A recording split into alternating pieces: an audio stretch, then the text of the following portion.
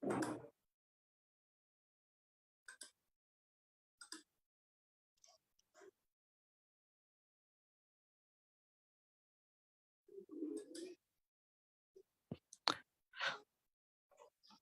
আলাইকুম ওয়া রাহমাতুল্লাহি ওয়া বারাকাতুহু। আলহামদুলিল্লাহি রাব্বিল আলামিন, আসসালাতু ওয়াসসালামু আলা আশরাফিল আমবিয়াই ওয়াল মুরসালিন ওয়া আলিহি ওয়া আসহাবিহি আজমাইন। আম্মা বা'দু ফাআউযু বিল্লাহি মিনাশ শাইতানির রাজীম। বিসমিল্লাহির রাহমানির রাহিম। হাফিযু আলাস সালাওয়াত ওয়াস সালাতিল উসতা ওয়া কুমু লিল্লাহি কানিতিন। সাদাকাল্লাহু মাওলানাল আযীম। وقال رسول الله صلى الله عليه وسلم: إذا قام أحدكم يصلي فإنه يناجي ربه أو كما قال عليه الصلاة والسلام. আলহামদুলিল্লাহ, আল্লাহ সুবহানাহু ওয়া তাআলার তৌফিকে এটি আমাদের তৃতীয় ইসলাহি দার্স। আমাদের ফরজিয়াইন ইলম কোর্স ফিকহ অফ মেডিসিন এবং অন্যান্য কোর্সগুলো সমস্ত তালিবে ইলমদের জন্য আমাদের আজকের এই ইসলাহি দার্স। আমাদের আজকে আলোচনার বিষয়বস্তু সালাত, চোখের প্রশান্তি। রাসূল সাল্লাল্লাহু আলাইহি ওয়াসাল্লাম এক হাদিসে ইরশাদ করেছেন, কুরাতু আইনি ফিস সালাহ, আমার চোখের প্রশান্তি সালাতের মাঝে। এবং রাসূল সাল্লাল্লাহু আলাইহি ওয়াসাল্লাম কখনো বিলাল রাদিয়াল্লাহু আনহুকে বলতেন, আরিহনা ইয়া বিলাল, হে বিলাল, নামাজের ব্যবস্থা করে তুমি আমাকে শান্তি দাও। আরিহনা ইয়া বিলাল। তো সালাত, নামাজ আমাদের জন্য একটা প্রশান্তির উপকরণ, আমাদের দুনিয়া আখিরাতের সফলতার জন্য অনেক গুরুত্বপূর্ণ বিষয়। আমাদের সর্বপ্রকার ইসলাহ, আমালি ইসলাহ, আমাদের আখলাকের সংশোধন, আমাদের ইমানের সংশোধন, এই সব কিছুর সাথে সালাতের একটা গুরুত্বপূর্ণ সম্পর্ক রয়েছে।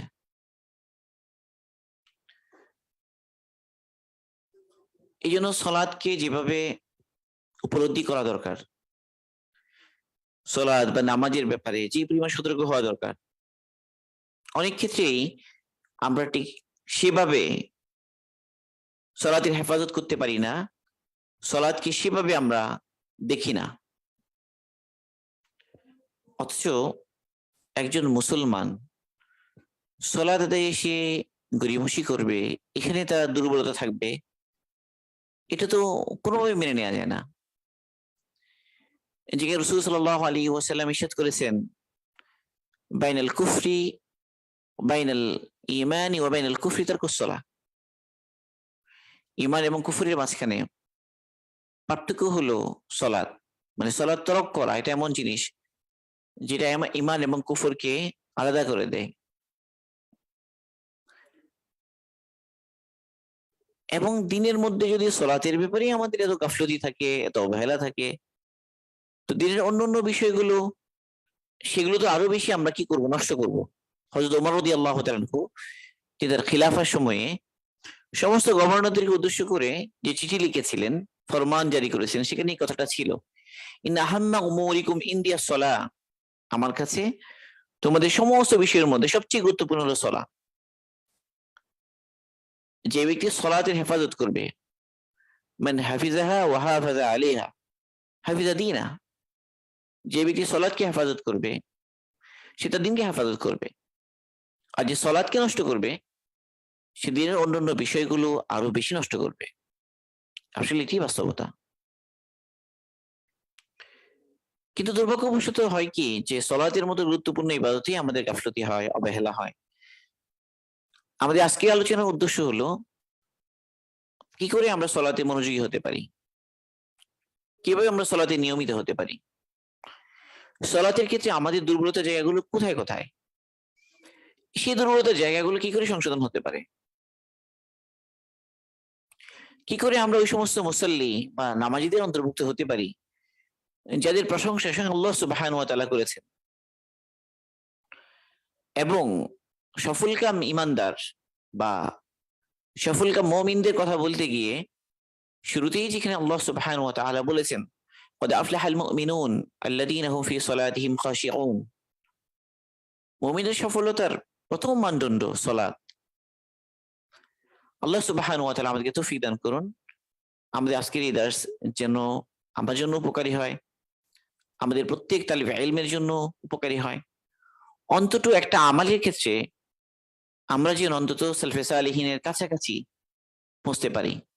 এমনিতেই এমন হওয়া দরকার যে যে সব আমালে তো আমরা আসলে আমাদের সালফে সালিহিন যারা ছিলেন তাদের যে অবস্থা ছিল, তাদের যে কাইফিয়া ছিল, তো সেখান থেকে তো আমরা অনেক দূরে, দিনের সব ব্যাপারেই দূরে। তো অন্তত একটা আমাল এমন হওয়া দরকার যে আমালের ক্ষেত্রে আমরা অন্তত তাদের কাছাকাছি হতে পারি, এবং যে আমালটাকে আমরা এই জন্য টার্গেট করে করতে পারি বা যে আমালটাকে সর্বপ্রথম আমরা ঠিক করার জন্য নিয়ত করতে পারি সে সালাত।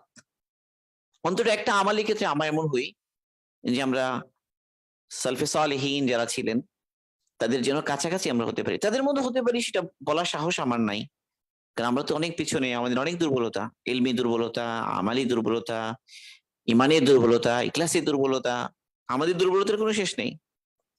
সেই জন্য এইভাবে বলা যে আমরা তাদের সমকক্ষ হব, এটা সাহস আমার নেই, কিন্তু অন্তত এতটুকু হোক যে আমরা তাদের কাছাকাছি পৌঁছি, অন্তত একটা আমালের ক্ষেত্রে হোক, সেটা সালাতের ক্ষেত্রে হলেও অন্তত যেন আমরা সালফে সালিহিনের কাছাকাছি আমরা পৌঁছতে পারি।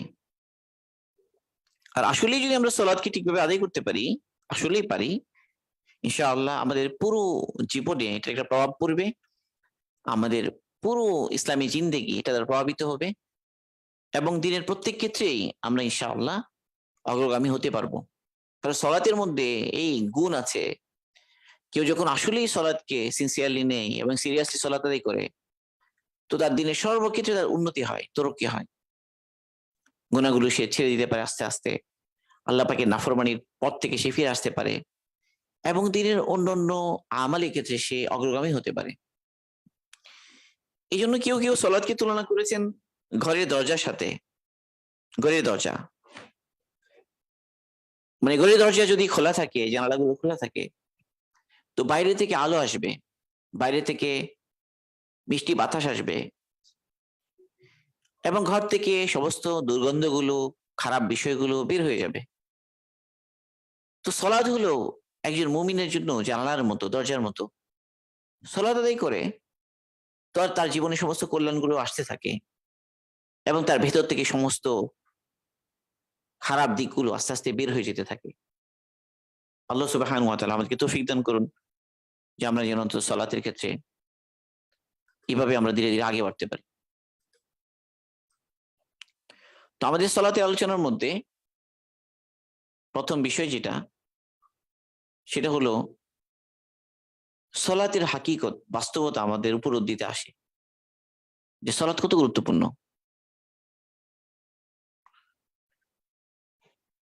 তো আসলে আমরা তো দুনিয়াতে অনেক ধরনের সম্পর্ক দেখি, অনেক ধরনের সম্পর্ক, শাসক এবং শাসিতের সম্পর্ক, এটা একটা সম্পর্ক।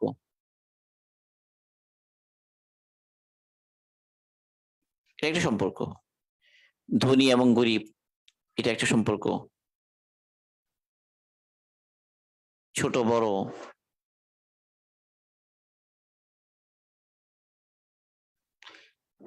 এই ধরনের নানা সম্পর্ক আছে।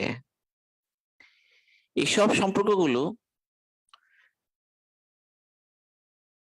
থেকে একটা ব্যতিক্রম সম্পর্ক বা ইউনিক একটা রিলেশন যে আমরা বলি, সম্পর্ক বলি, রব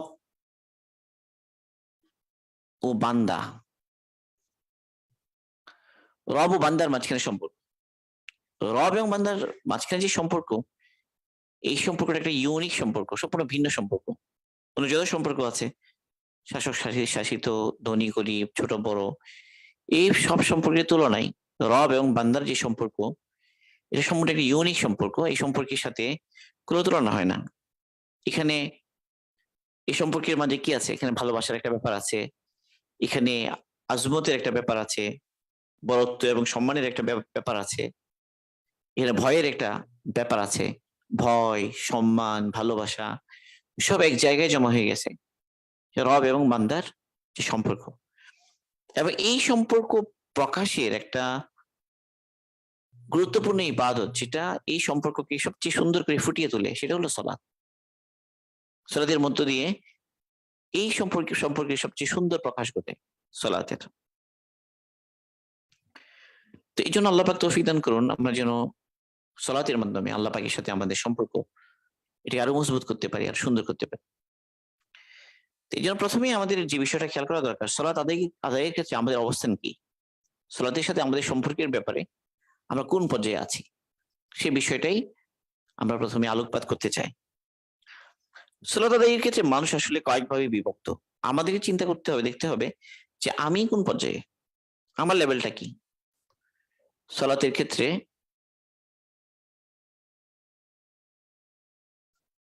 আমাদের লেভেল,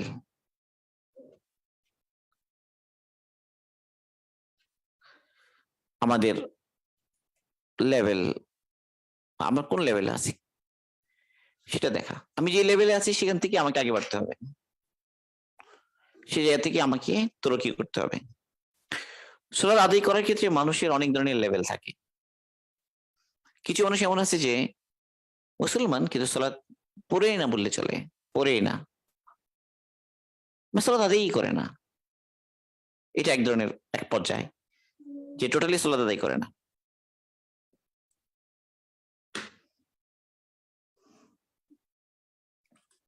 আরেক পর্যায়ে হলো যে সালাত আদায় করে তো অনিয়মিত, কখনো পড়ে কখনো পড়ে না, এরকম। তো এক নাম্বার হলো যে একদম পড়ে না।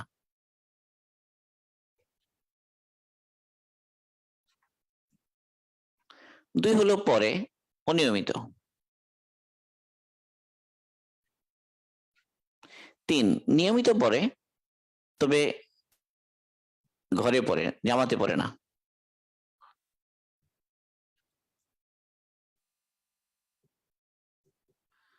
জামাতে পড়ে না।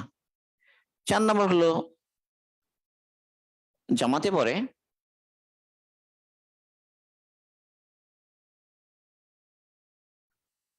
তবে ছুটেও যায়।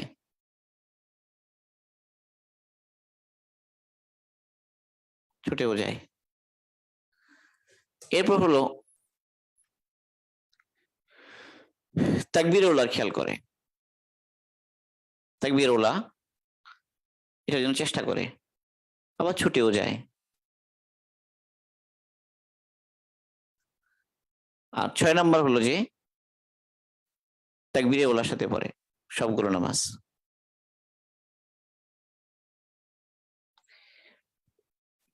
এই জিনিসটা আমি প্রথমেই বললাম কেন, কারণ হলো যে এই ক্ষেত্রে নিজেকে আগে বাড়ানোর একটা ব্যাপার আছে। এবং সেলফে সালেহীনগণের ক্ষেত্রে যদি আমরা দেখি তারা আসলে কত রেগুলার ছিলেন এবং কত মজবুত ছিলেন। ধরা যাক যে আমরা যদি বলি, কার কথা বলা যেতে পারে, সাইদ ইবনুল মুসাইয়্যিব রাদিয়াল্লাহু তাআলা রাহিমাহুল্লাহ।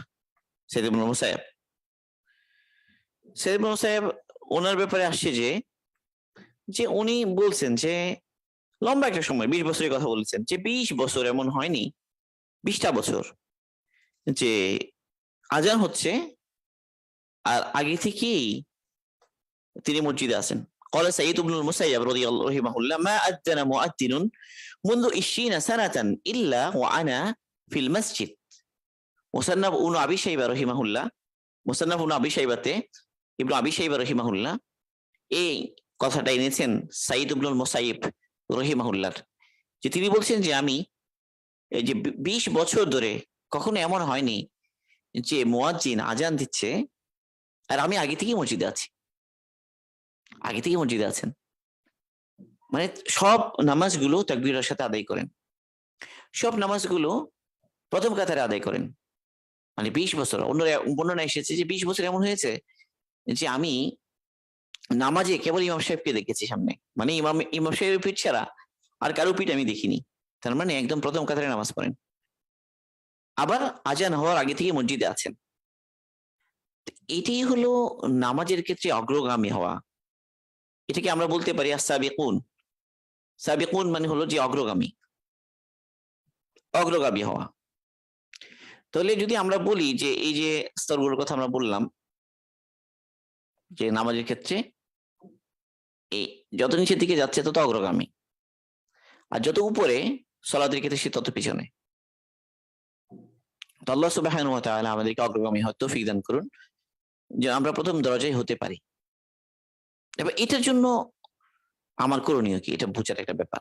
এখানে যারা যারা আমরা বোনেরা আছি, বোনেরা তো মা বোনেরা ঘরেই আদায় করবেন, আওয়াল ওয়াক্তে পড়বেন। আওয়াল ওয়াক্তে পড়লে তিনি অগ্রগামীর অন্তর্ভুক্ত হয়ে যাবেন ইনশাআল্লাহ। আর আমরা যারা পুরুষ, আমরা মসজিদে যাবো ইনশাআল্লাহ, এবং মসজিদেই পড়বো আল্লাহ চাহে তো, আল্লাহ পাক তৌফিক দিলে, এবং তাকবীরের সাথে পড়বো। রশিদ আহমদ গঙ্গোহী রাহিমাহুল্লাহ, আমি সাইদ ইবনুল মুসাইয়্যিবের কথা বললাম, উনি তো অনেক আগের মানুষ, তাবি, এবং বলা হয় যে তাবিদের মধ্যে একদম প্রথম দরজার তাবি। তো উনি একদম প্রথম দরজার তাবি। তো সেই যুগের, আমরা যদি আমাদের কাছাকাছি যুগের 100 বছরের মধ্যে কারো কথা বলি, যেমন ধরা যায় আমি বললাম যে রশিদ আহমদ গঙ্গোহী রাহিমাহুল্লাহ। রশিদ আহমদ গঙ্গোহী রাহিমাহুল্লাহর ব্যাপারে এসেছে উনি একবার দেওবন্দের সালানা জলসা, বাৎসরিক যে ওখানে সম্মেলন হয় দারুল উলুম দেওবন্দের, সেখানে উনি শরীক হয়েছেন। তো বাৎসরিক জলসাতে শরীক হয়েছেন, ওখানে আসরের ওয়াক্ত ছিল এবং মুসল্লির ভিড় ছিল। রশিদ আহমদ গঙ্গোহী রাহিমাহুল্লাহ,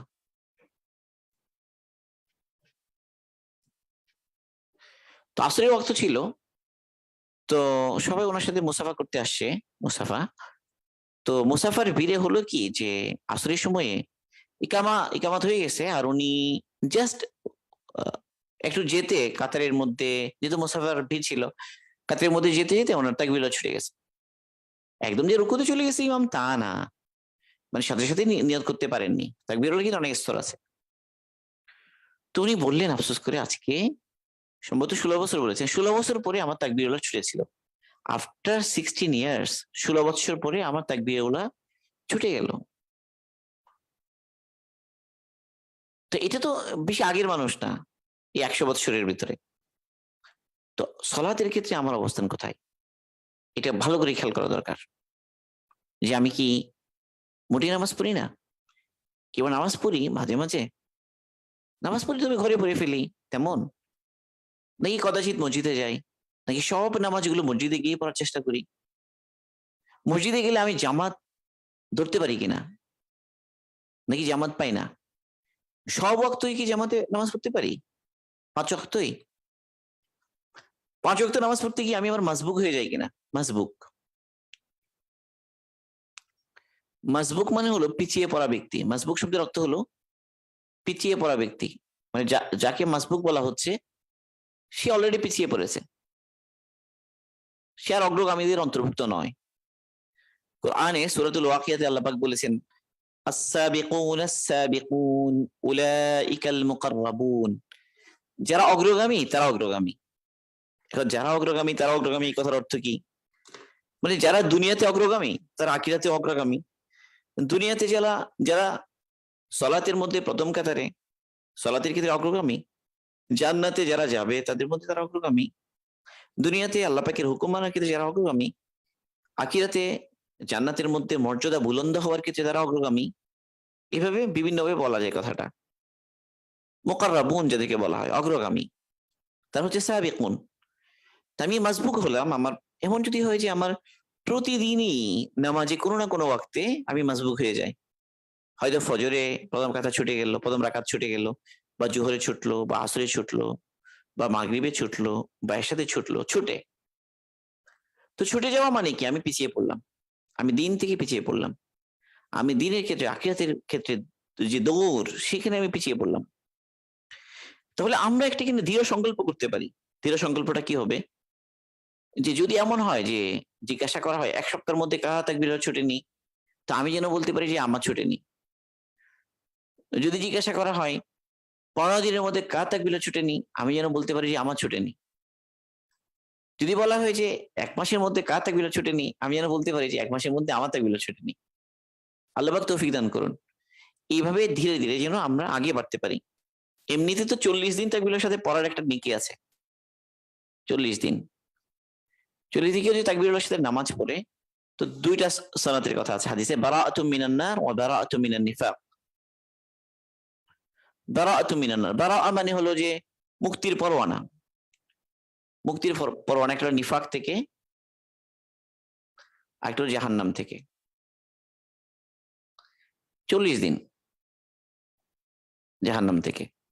তো নিফাক থেকে মুক্তি, জাহান্নাম থেকে মুক্তি, 40 দিন তাকবীরের সাথে নামাজ পড়া, 40 দিন। এটা নিজের এলাকায় সম্ভব আসলে, কেউ যদি হিম্মত করে, হিম্মত, এটার জন্য দৃঢ় সংকল্প দরকার, দৃঢ় সংকল্প। তাহলে এরকম যে আমরা নিয়ত করি ইনশাল্লাহ আগামী 1 সপ্তাহ চ্যালেঞ্জ নিয়ে, একটা 1 সপ্তাহ চ্যালেঞ্জ, এই 1 সপ্তাহে ইনশাল্লাহ প্রতিদিন তাকবীরের সাথে নামাজ পড়বো, প্রতিদিন, একদিনও মিস হবে না।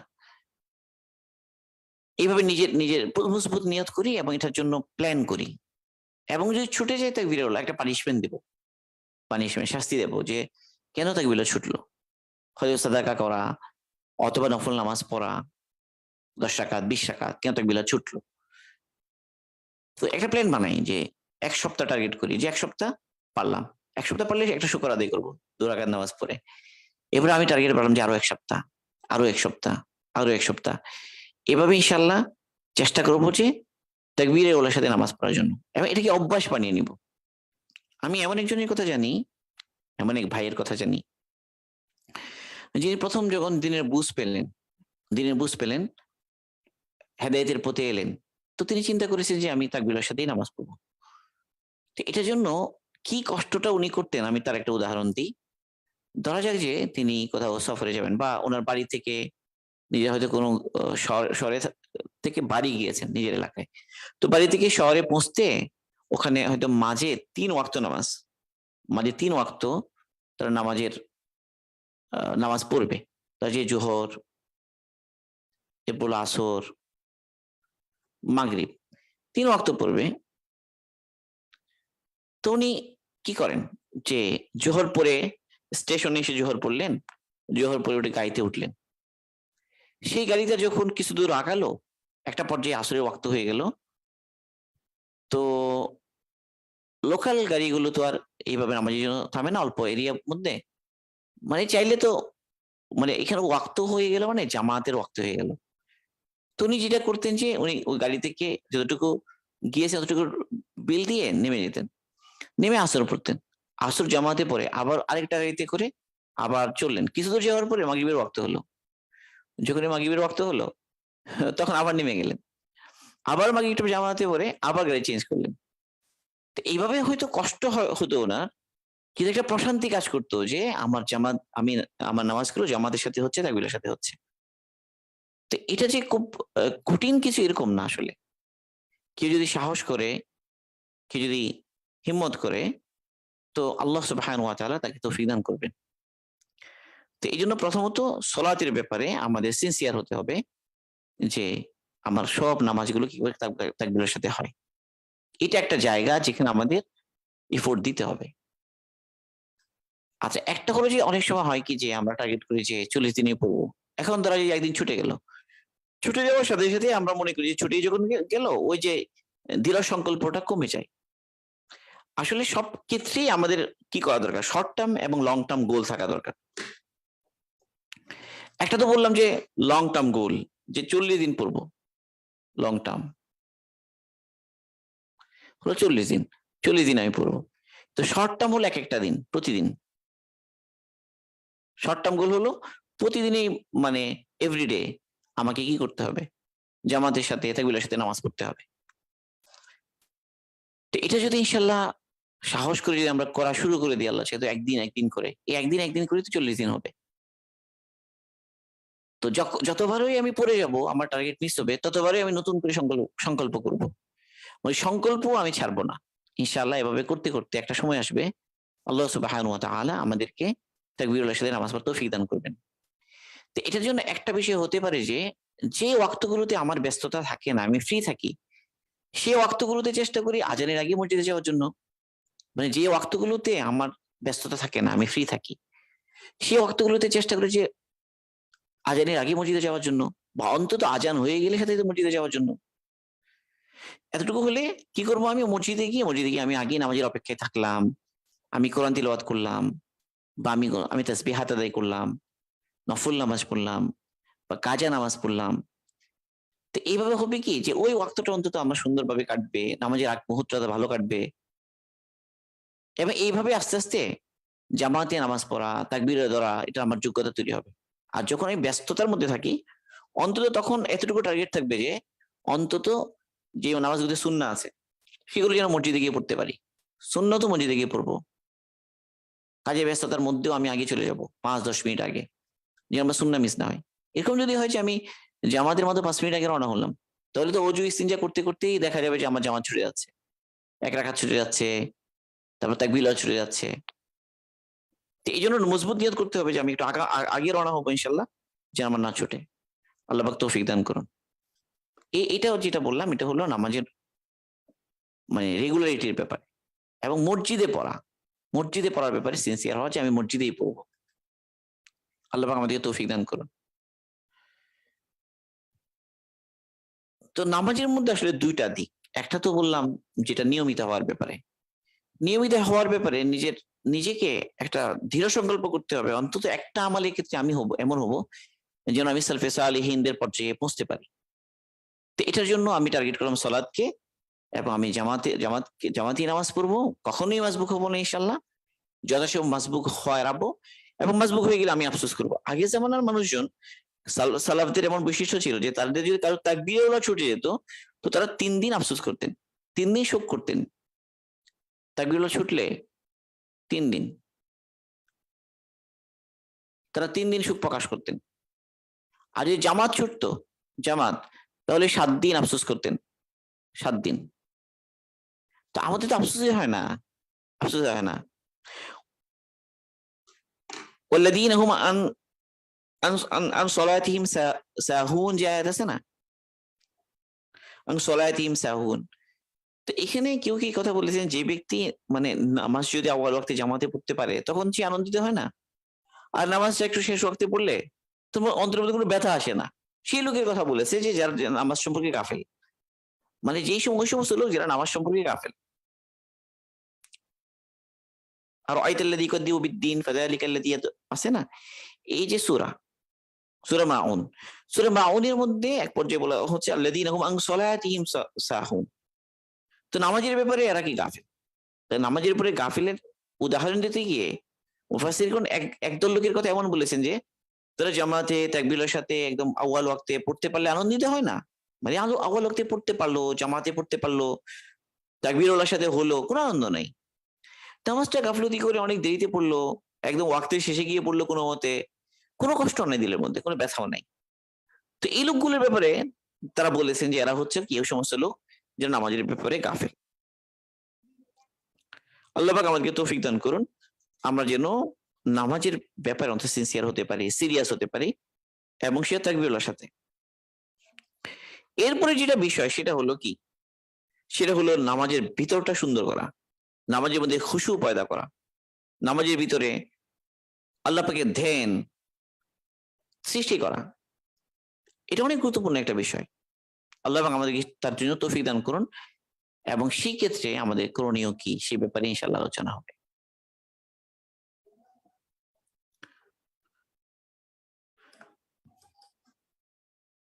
আমরা যে বললাম যে কোরআনে পাকে আল্লাহ সুবহানাহু ওয়া তাআলা বলেছেন যে ওয়াস্তাঈনু বিস-সাবরি ওয়াস-সালাহ ওয়া ইন্নাহা লাকাবীরাতুন ইল্লা আলাল খাশিঈন আল্লাযীনা ইয়াযুন্নুনা আন্নাহুম মুলাকু রাব্বিহিম ওয়া আন্নাহুম ইলাইহি রাজিউন।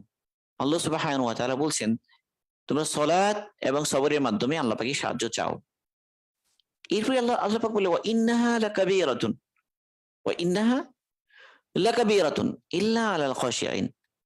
মানে তোমরা কি নামাজকে এত সহজ মনে করেছো নাকি? না, নামাজ এটা কঠিন কাজ। নামাজ এটা কঠিন কাজ।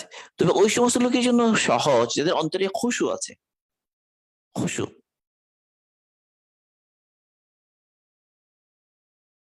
এই খুশু যেটা, এই খুশু অনেক গুরুত্বপূর্ণ বিষয়। খাশিঈন বলেছেন, যাদের অন্তরে খুশু আছে, এই খুশুর সাথে আমার সালাত আদায় করতে হবে। এখনকার আমাদের আলোচনা হলো এই খুশু কিভাবে আমরা সৃষ্টি করব। এই প্রসঙ্গে আমাদের আলোচনা। তো প্রথম কথা হলো আসলে কোন একটা আমাল তখনই পরিপূর্ণ আমাল হয় যখন তাতে মানুষের শরীর, এক হলো মানুষের শরীর, দুই হলো মানুষের দিল, তিন হলো মানুষের দেমাগ।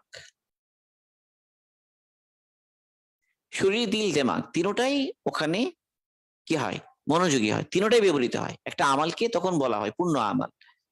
মানুষের শরীরেরও কাজ যেটা একটা শরীর সুন্দরভাবে করে, দিলের কাজ যতটুকু ততটুকু দিল সুন্দরভাবে করে, দিমাগের কাজ যতটুকু সেটাও দিমাগ সুন্দরভাবে করে, মানে ব্রেইন, ব্রেইন, কল্ব, আর হলো আকল, কল্ব এবং কি শরীর, অঙ্গ প্রত্যঙ্গ। কোরআনে পাকে আল্লাহ সুবহানাহু ওয়া তাআলা যে আকিমুস সালাহ বলেছেন, সালাত কায়েম করো বলেছেন।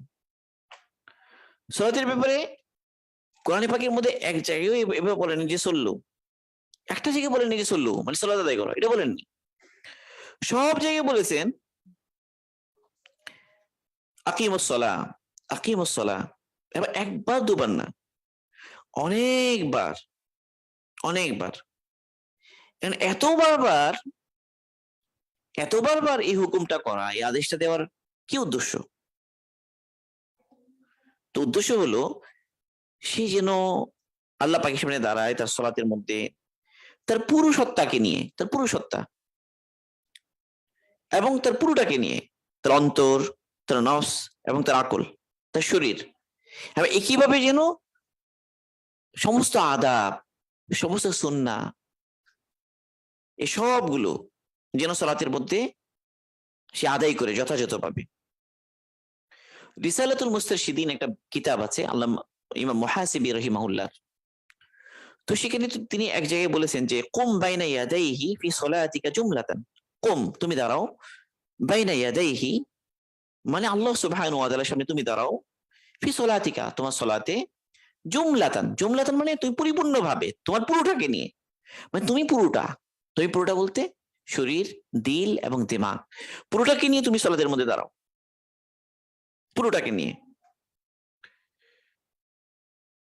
এই আকিমুস সালাহ দ্বারা উদ্দেশ্য সেটা, কেবল কেবল নামাজ পড়া না, আসলে এই সলাতের মধ্যে তার সমস্ত রুকনগুলো, শর্তগুলো, বাহ্যিক দিক এবং ভেতরগত দিক সবগুলোকে যথাযথভাবে আদায় করা, এবং এর মাধ্যমেই সর্বপ্রকার কল্যাণ সে লাভ করতে পারবে, শরীর, দিল এবং দিমাগ।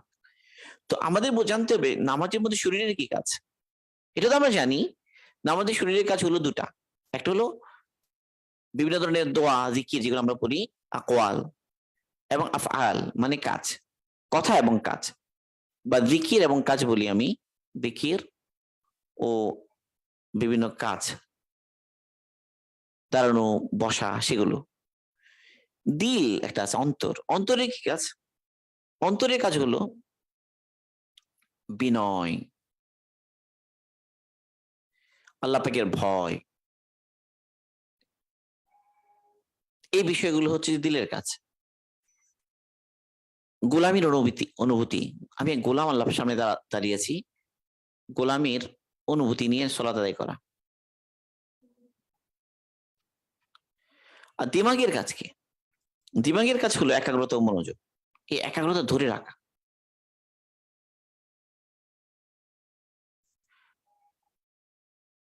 আমি কি পড়ছি এটা যেন আমার খেয়াল থাকে, কোনোভাবেই যেন আমি গাফিল হয়ে না যাই। কোরআনে পাকে একটা আয়াত এসেছে, সেই আয়াতটা আসলে এসেছে যখন শরাব হারাম হওয়ার আগে, মানে মদ হারাম হওয়ার আগে একটা আয়াত নাজিল হয়েছিল, ইয়া আইয়ুহাল্লাযীনা আমানু লা তাকরাবুস সালাহ ওয়া আনতুম সুকারা হাত্তা তা'লামু মা তাকুলুন। হে ঈমানদারগণ, তোমরা সালাতের নিকটেও যেও না ততক্ষণ পর্যন্ত যতক্ষণ তুমি কি বলছো সেটা তুমি বুঝতে না পারো, তুমি জানতে না পারো। মানে তোমার যদি নেশা থাকে, নেশার কারণে তুমি তোমার কি বলছো নামাজে এটা তুমি খেয়াল করতে পারছো না, এটার প্রতি মনোযোগী হতে পারছো না, এরকম যদি হয় তাহলে এই অবস্থায় তুমি নামাজ পড়ো না, নামাজের কাছেও যেও না। মানে শরাব তো একদিনে হারাম হয়নি, প্রথমে নেশাগ্রস্ত অবস্থায় সালাত আদায় করা এটাকে নিষেধ করা হয়েছে, পরে একেবারেই শরাব হারাম হয়ে গেল। এটা একটা লক্ষ্য করার বিষয়, এই যে আয়াতটা, যে আল্লাহ পাক বলেছেন যে হাত্তা তা'লামু, হাত্তা তা'লামু মা তাকুলুন, তুমি কি বলো সেটা যেন তুমি বুঝতে পারো। যতক্ষণ বুঝতে পারছো না ততক্ষণ তুমি নামাজের কাছেও যেও না। হাত্তা তা'লামু মা তাকুলুন, তোমরা কি বলছো সে যতক্ষণ বুঝতে না পারো তো নামাজের কাছেও যেও না। তো এইখানে এই আয়াতটা নাজিল হয়েছে কখন? যখন শরাব হারাম হয়নি তখন। কিন্তু শরাব হারাম হওয়ার পরে কিন্তু এই আয়াতটা রয়ে গিয়েছে, কোরআনে পাকি আছে, এখন আমরা তিলাওয়াত করি। তাহলে এই আয়াতের হুকুম যেটা, এটা কি হয়ে গিয়েছে? মানসুখ হয়ে গিয়েছে। এটাকে মানসুখ বলা হয়, মানসুখ হয়ে গেছে। নাসেখ এবং মানসুখ সম্পর্কে আমাদের একটু আইডিয়া থাকলে এই বিষয়টা একটু বোঝা সহজ। যে এখনো যে কোরআনে পাকের মধ্যে কিছু আয়াত নাজিল হয়েছে, সেই আয়াতগুলো পরে অন্য আয়াত দ্বারা কি হয়ে গিয়েছে? মানসুখ হয়ে গিয়েছে। সেই আয়াতটাকে আল্লাহ পাক তুলে নিয়েছেন এবং তার তেলাওয়াতও এখন আর করা হয় না, নাই বলতে গেলে। হুকুমও নাই, তেলাওয়াতও নাই। তাহলে হুকুম এবং তেলাওয়াত দুটাই কি হয়ে গেছে? মানসুখ হয়ে গেছে। হুকুমও এখন আর বাকি নাই, তেলাওয়াতও করা যাবে না। কিছু আয়াত আছে যে হুকুম বাকি আছে, হুকুম বাকি, কেউ তেলাওয়াত মানসুখ হয়ে গেছে, তেলাওয়াত মানসুখ। এরকম একটা আয়াত আছে, সেটা রজমের আয়াত। রজম মানে হলো যে কোনো বিবাহিত ব্যক্তি যে জিনা করে তাকে যে পাথর নিক্ষেপ করে যে শাস্তির যে বিধান আছে, পাথর নিক্ষেপ করে হত্যার যে শাস্তি, এটা রজম বলা হয়। তো রজম সম্পর্কে একটা কোরআনে আয়াত নাজিল হয়েছিল, পরে আয়াতটা কি কিনে করা হয়, তিলাওয়াত মানসুখ হয়ে যায়, কিন্তু হুকুম বাকি আছে।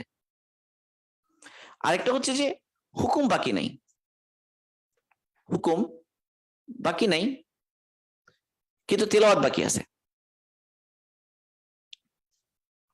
হুকুম বাকি নাই কিন্তু তেলাওয়াত বাকি আছে, এটা হলো 3 নাম্বার। হুকুম নেই কিন্তু তেলাওয়াত বাকি। এই ধরনের আয়াতগুলো যে তেলাওয়াত বাকি আছে, হুকুম অথচ নাই, যেমন এই আয়াতটা, ইয়া আইয়ুহাল্লাযীনা আমানু লা তাকরাবুস সালাহ ওয়া আনতুম সুকারা হাত্তা তা'লামু মা তাকুলুন। এই আয়াতের হুকুম কিন্তু আর বাকি নাই, কারণ তো এখন নেশা করার তো সুযোগই নাই। নেশা করাটা কি নেই? সুযোগই নেই। নেশা করতে পারবে না, শরাব পানি করতে পারবে না, পুরোটা হারাম। তাহলে নেশাগ্রস্ত অবস্থায় সলাতে যাওয়ার সুযোগ কই? সলাত মানে নেশারও তো সুযোগ নেই, কিন্তু এটা তেলাওয়াত বাকি আছে। সৈয়দ আবুল হাসান নদভী রহিমাহুল্লাহ, ওনার একটা সুন্দর কিতাব আছে, আরকানে আরবা, আরকানে আরবা মানে ইসলামের 4 স্তম্ভ। আরকানে আরবা কিতাবের মধ্যে সলাত একটা, সলাত বিষয়ে আলোচনা আছে 1 নম্বরে শুরুতে। তো সেখানে উনি লিখেছেন যে কোন একটা আয়াত যখন হুকুম বাকি নেই কিন্তু তেলাওয়াত বাকি থাকে, তাহলে বুঝতে হবে যে এখানে অন্য কোনো লক্ষ্য আছে, অন্য কোনো বিষয় বোঝানোর একটা ব্যাপার আছে।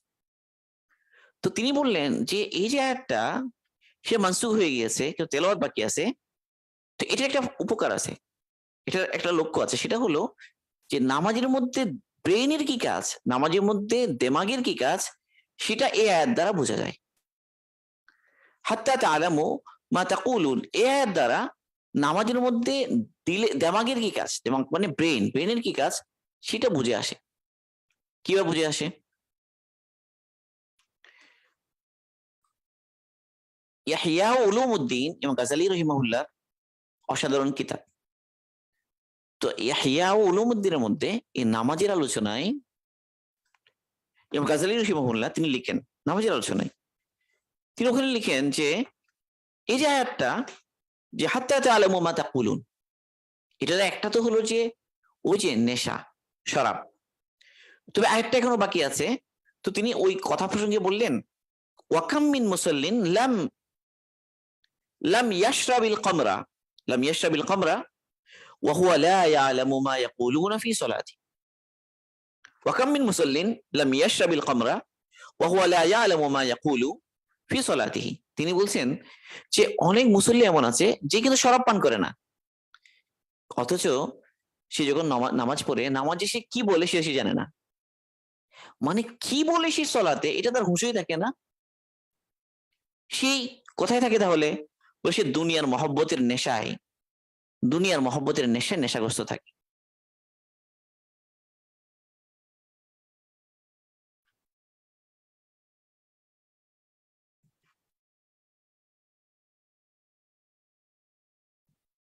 সে তো শরাব পান করে না, শরাবের নেশা তো তার নাই, কিন্তু আরেক নেশা আছে তার, সেটা কি? দুনিয়ার মহব্বতের নেশা।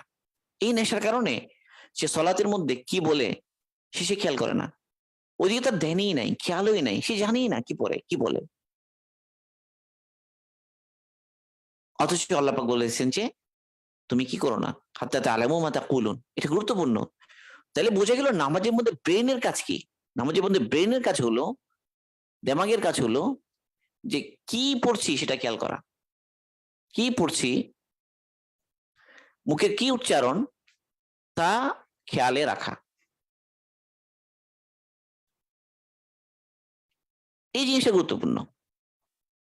তাহলে আমরা নামাজের মধ্যে শরীরের কাজ পেলাম, নামাজের মধ্যে দিলের কাজ পেলাম। দিলের কাজ হলো বিনয়, আল্লাহ পাকের ভয়, গোলামীর অনুভূতি, আমি এক গোলাম আল্লাহ পাকের সামনে দাঁড়িয়েছি, নেতৃত্বের অনুভূতি, সেটা।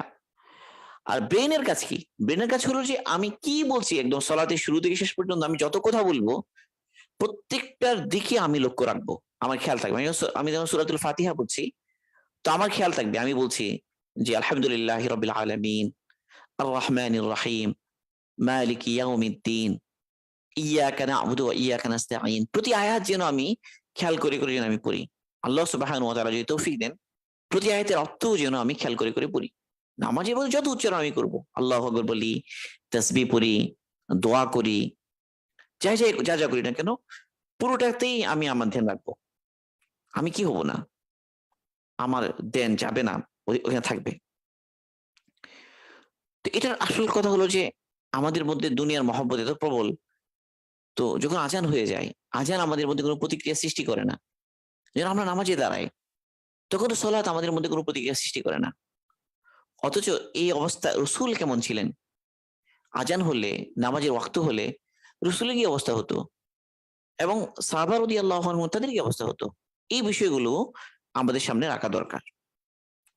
আমরা আয়েশা সিদ্দিকা রাদিয়াল্লাহু আনহা বলছেন যে আমরা রসুল সাল্লাল্লাহু আলাইহি ওয়াসাল্লামের সাথে কথা বলতাম, রসুল আমাদের সাথে কথা বলছেন, আমরা রসুলের সাথে কথা বলছি।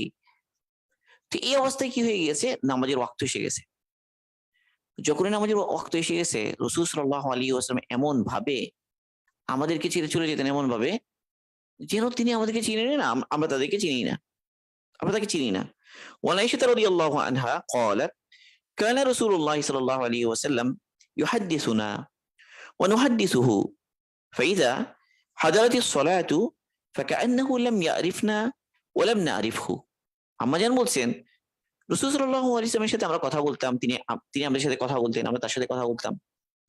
যে মুহূর্তে নামাজের ওয়াক্ত এলো, সাথে সাথে এমন হতো যে রসুল যেন আমাদেরকে চিনেন না, আর আমরাও রসুলকে চিনি না। মানে আল্লাহ পাকের আজমত, আল্লাহ পাকের বরত্ব, সলাতের গুরুত্ব এত অন্তরে ছিল, তারা বুঝতেন যে এখন তো সবকিছু ভুলে যেতে হবে আমাকে। তাহলে যখন আমি মসজিদে যাই, তখন এই ধ্যান আমার হয় কিনা, হয় না, কিন্তু আমি যেন নামাজে যেতে যেতে, আমি যেন যাই নামাজে দাঁড়াতে দাঁড়াতে আমার দিলের অবস্থা এরকম করতে পারি যে আমি নিজের মনে মনে বলবো, নিজেকে এই কথা বলবো যে আমি এখন সব ভুলে গেছি। আমি ভুলে গেছি আমার ব্যবসার কথা, আমি ভুলে গেছি আমার চাকরির কথা, আমি ভুলে গেছি আমার বাবা মার কথা, আমি ভুলে গেছি আমার স্ত্রীর কথা, আমি ভুলে গেছি আমার সন্তানের কথা, আমি ভুলে গেছি আমার যত গুরুত্বপূর্ণ কাজ আছে সবগুলোর কথা আমি ভুলে গেছি। এখন আমি এবং আমার রব, আমি আমার রবের দিকে যাচ্ছি। ভাই সলাতের জন্য যাওয়া এটা একটা আনন্দের বিষয়। এবং গাজালি রহিমাহুল্লাহ লিখেছেন ওখানে যে যখন আজান হয়, যখন মসজিদে যাচ্ছি, তখন আমার আনন্দ হয় কিনা, আমার অন্তরের মধ্যে একটা বিশাল প্রশান্তি কাজ করে কিনা। যেমন আল্লাহ রাসূল বলছেন যে আরিহিনা ইয়া বিলাল, হে বিলাল নামাজের মাধ্যমে তুমি আমাকে শান্তি দাও। আল্লাহ রাসূল বলছেন কুররাতু আইনি ফিস সালাহ। তো আল্লাহ পাকের সামনে দাঁড়ানোর ব্যাপারটা আমাকে আনন্দিত করে কিনা। কোন প্রিয়জনের সাথে দেখা সাক্ষাতের বিষয়গুলো, মানুষজন কোন প্রিয়জনের সাথে দেখা করতে যায়, তো তার কি অবস্থা হয়? অনেকদিন প্রিয়জন তার সাথে দেখা হয় না, অনেকদিন পরে প্রিয়জন বিদেশ থেকে ফিরছেন, বা আমরা ফিরছি বিদেশ থেকে, নিকট আত্মীয়দের সাথে দেখা হবে, আপনজনদের সাথে দেখা হবে। এই যে দেখা হবে এটার ভাবনা আমাদের কি পরিমাণ আনন্দিত করে, কি পরিমাণ আমরা কল্পনা করি আনন্দিত হয়েছে, এই তো কিছুক্ষণ পরে দেখা হবে। আল্লাহ সুবহানাহু ওয়া তাআলার সামনে যাচ্ছি সালাত আদায় করার জন্য। ওই মুহূর্তে আমাদের দিলের এই অবস্থা হয় কিনা, এই তো আল্লাহ সুবহানাহু ওয়া তাআলার সাথে সাক্ষাৎ করতে যাচ্ছি, আল্লাহ পাকের সাথে মোলাকাতের জন্য যেন যাচ্ছি, এই ধরনের একটা অবস্থা আমাদের হয় কিনা। আল্লাহ পাক তৌফিক দান করুন। আলী রাদিয়াল্লাহু আনহুর ব্যাপারে এসেছে, كان علي بن ابي طالب رضي الله عنه اذا حضر وقت الصلاه يتزلزل ويتلون وجهه। যখন সালাতের ওয়াক্ত হাজির হতো, আলী রাদিয়াল্লাহু আনহুর শরীরে কম্পন এসে যেত, চেহারার রং পাল্টে যেত। তাকে জিজ্ঞাসা করা হলো, ফাকিল আলাহু মা লাকা ইয়া আমিরুল মুমিনিন, হে আমিরুল মুমিনিন আপনার কি হলো? তিনি বললেন, যা ওয়াক্তু আমানাতিন আরাদাহা আল্লাহু আলাস সামাওয়াতি ওয়াল আরদি ওয়াল জিবালি ফাবাইনা ইয়াহমিলনাহা ওয়া আশফাকনা মিনহা ওয়া হামালতুহু। তিনি বলছেন যে ওই আমানত আদায় করার সময় এসেছে, যে আমানতকে আল্লাহ সুবহানাহু ওয়া তাআলা পেশ করেছেন আসমানের কাছে, জমিনের কাছে, পাহাড়ের কাছে। তো তারা অস্বীকার করেছে, তারা ভয় পেয়ে গেছে যে এই আমানত আমরা আদায় করতে পারবো না। এই আমানত আদায় করার ব্যাপারে তারা অস্বীকার করেছে, সাহস করেনি, হিম্মত করেনি।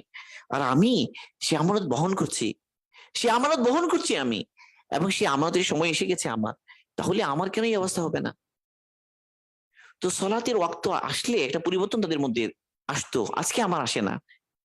এখন নিজের মধ্যে কৃত্রিম ভাবে হলেও এই বিষয়গুলোকে হাজির করার চেষ্টা করা।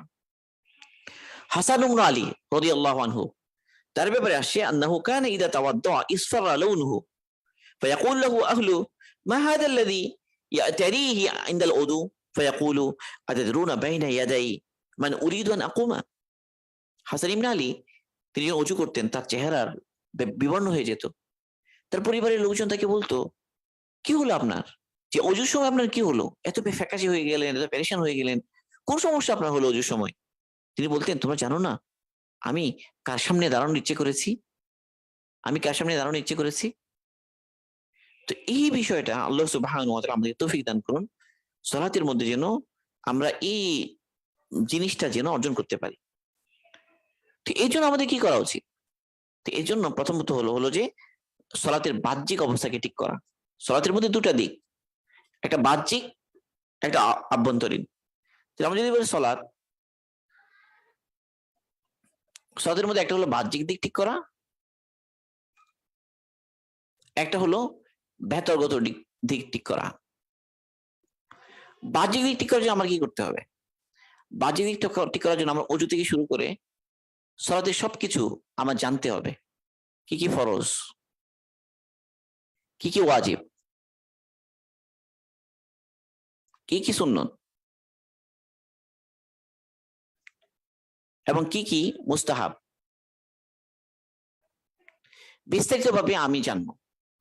সালাতের মাসাইলগুলো এমন ভাবে জানা দরকার যেন সবকিছু আমার অন্তরে হাজির থাকে, কি কি ফরজ, কি কি ওয়াজিব, কি কি সুন্নত, কি মুস্তাহাব। এবং আমি দেখবো যে আমার নিয়াত বাঁধা থেকে শুরু করে সালাম ফেরানো পর্যন্ত সবগুলো আদায় হয় কিনা, সবগুলো সুন্নতে মুআক্কাদা আদায় হয় কিনা, সবগুলো ওয়াজিব আদায় করি কিনা, সবগুলো ফরজ আদায় করি কিনা, এবং সবগুলো মুস্তাহাব আদায় করি কিনা। এটি হলো বাহ্যিক। তাহলে আমার রুকু শুদ্ধ হবে, আমার সিজদা শুদ্ধ হবে, আমার নামাজে দাঁড়ানো শুদ্ধ হবে, আমার বৈঠক শুদ্ধ হবে, আমার সালাম ফিরানো শুদ্ধ হবে। এই পুরোটাকে বাহ্যিক ভাবে সালাতকে ধীরে সুস্থে আদায় করব, এবং এই রুকন গুলোকে আমরা যথাযথভাবে আদায় করব, এটা শিখবো। আল্লাহ পাক তৌফিক দান করুন। এরপর হলো বিতর্গত বিষয়। বিতর্গত বিষয় ঠিক করার জন্য এখানে 6টা জিনিস, 6টা দিক আমার ঠিক করতে হবে, 6টা বিষয়কে আমাকে লক্ষ্য রাখতে হবে। 6টা বিষয় কি কি?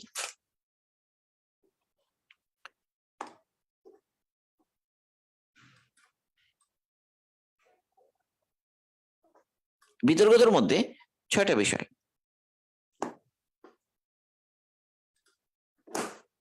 একটা হলো হুদুরে কল্প। হুদুরে কল্প মানে হচ্ছে অন্তর হাজির থাকা। এক নাম্বার যেটা, এটা হচ্ছে হুদুরে কল্প বলা হয়, মানে অন্তর উপস্থিত থাকা, নামাজে অন্তর উপস্থিত থাকবে। 1, 2 হলো আমি বুঝবো, বুঝা, কি বলছি সেগুলো বুঝা। 3 নাম্বার হলো আল্লাহ পাকের বরত্ব অন্তরে থাকা। 4 নম্বর হলো আল্লাহ পাকের ভয়, এটাকে হাইবা বলে। হাইবাত বা অন্তরে আল্লাহ পাকের ভয় সৃষ্টি হওয়া। 5 নম্বর হলো আশা। 6 নম্বর হলো লজ্জা। এই 6টা জিনিসের সাথে আমরা সালাত আদায় করার জন্য চেষ্টা করা। এই সবগুলোর যদি এক কথায় বলি তাহলে খুশুর সাথে সালাত আদায় করা। খুশু। এখন খুশু অর্থ কি এটা আমার জানতে হবে। খুশু এটা এমন একটা শব্দ খুশু আরবিতে, এই শব্দের তর্জমা করতে অক্ষম, মানে বাংলা ভাষা এই খুশু শব্দটার অনুবাদ করতে অক্ষম, মানে বাংলা ভাষা গরিব, সে এই শব্দটার অনুবাদ করতে পারে না। কারণ খুশু হলো 4 জিনিসের নাম। খুশুর ভিতরে 4টা বিষয় আছে। এক হলো একাগ্রতা ও অখণ্ড মনোযোগ।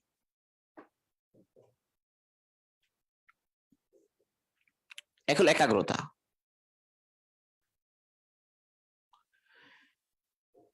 মনোযোগ, এটা 1 নাম্বার। তারপর হলো 2 বিনয়, মানে গোলামের অনুভূতি। 3 হলো আল্লাহ পাকের ভয়। 4 হলো নিবেদন ও সমর্পণ।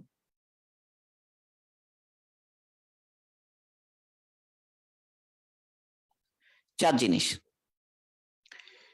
এর মধ্যে প্রথমটা এই যে একাগ্রতা ও মনোযোগ বললাম, এই সবগুলি এর মধ্যে আসার জন্য এই 6টা গুণ আমার লাগবে। হুদুরে কলব, বুঝান আত্তাফাহুম বলা হয়েছে, তাজিম মানে আল্লাহ পাকের বরত্ব। এই একটা হলো হুজুরে কলব, মানে শুধু উপস্থিত থাকা, আমি ধ্যানের সাথে নামাজে মনোযোগী থাকবো। এমন এমন আল্লাহর বান্দারা গিয়েছেন, তারা সালাত আদায় করার সময় এটাও খেয়াল করতেন না কে ডানে দাঁড়ালো কে বামে দাঁড়ালো, বুঝতেই পারতেন না কে ডানে দাঁড়িয়েছে কে বামে দাঁড়িয়েছে। মুসলিম ইবনে ইয়াসার রহিমাহুল্লাহ এক ব্যক্তি সালাফদের মধ্যে,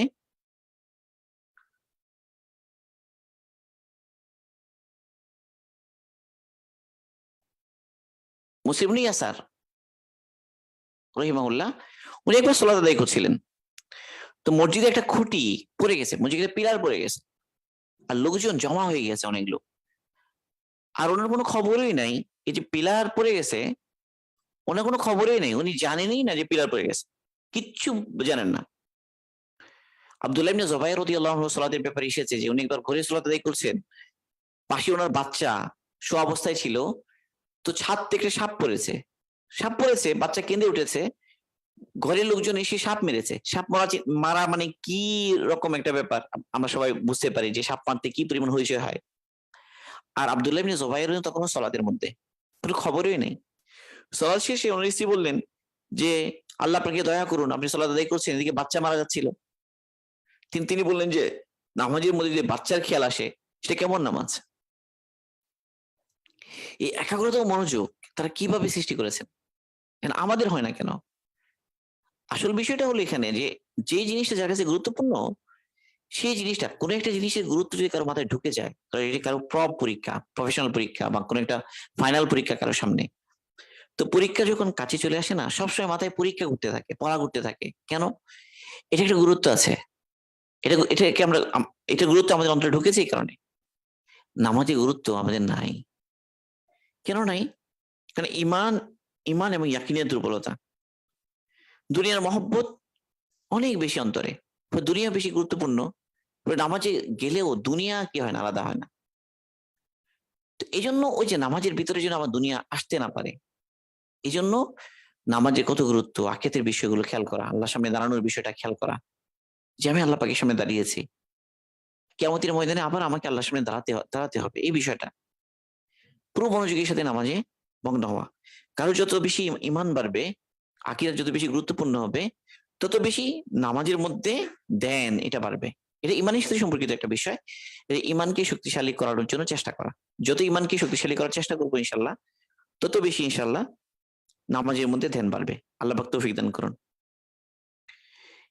এখন আল্লাহ পাকের ধ্যান আসে, ধরা যাক যে, কিন্তু বুঝতেছি না, ধ্যানের সাথে নামাজে আসি, কিন্তু নামাজে কি পড়ছি এগুলো এত খেয়াল বুঝিও না, এটা আরেকটা দুর্বলতা।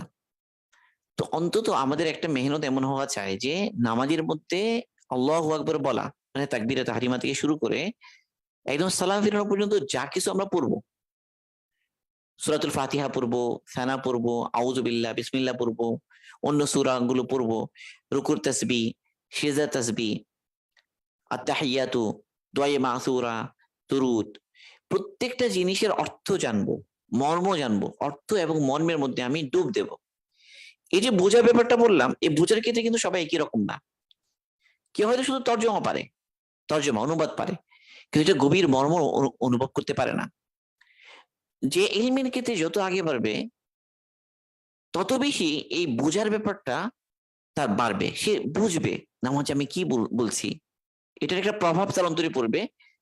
এবং এর মাধ্যমে কোরআন যে পড়ে ওখানে যে আল্লাহ পাকের বিধিবিধান আছে, হুকুম আছে ইত্যাদি যখন ধ্যানের সাথে খেয়াল করবে, তখন নামাজের বাইরেও ওই সমস্ত বিধানের উপর চলা তার পক্ষে সহজ হবে। ইন্না সলাতা তানহা আনিল ফাহশাই ওয়াল মুনকার, যে বলা হয়েছে যে নিশ্চয়ই সলাৎ মানুষকে অশ্লীল এবং অপছন্দনীয় কাজ থেকে, অশুভনীয় কাজ থেকে ফেরায়। এটা কার হবে?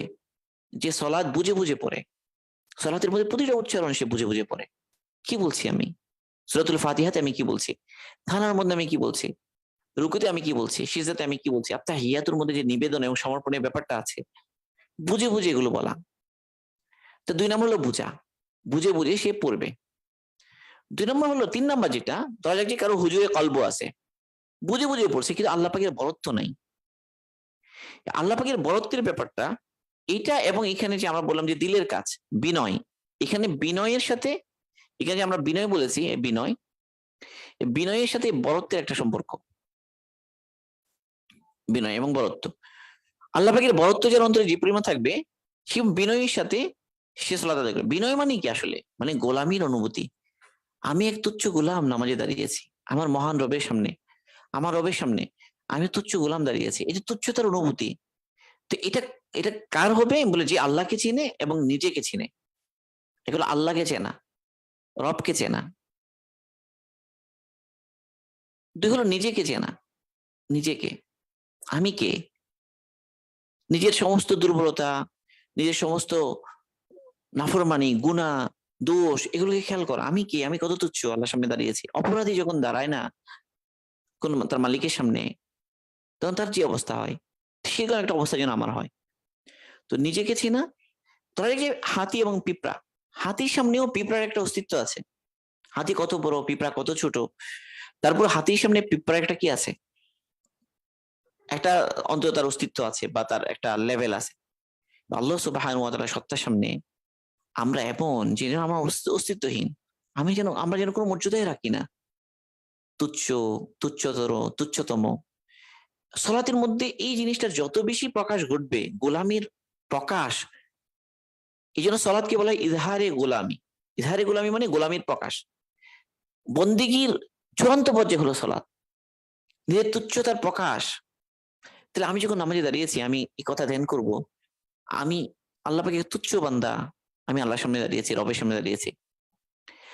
আমি যখন রুকুতে চলে গেলাম, রুকুতে, রুকুতে গিয়ে আমি কি বলছি? রুকুতে গিয়ে আমি বলছি সুবহানা রাব্বিয়াল আযীম, মানে আমি পবিত্রতা বর্ণনা করছি আমার মহান রবের। দাঁড়ানো অবস্থায় বলেছি কেবল এতটুকু যে আলহামদুলিল্লাহি রাব্বিল আলামিন, আল্লাহ তাআলা সমস্ত আলামিন, সমস্ত জগতের রব, এতটুকু বলেছি।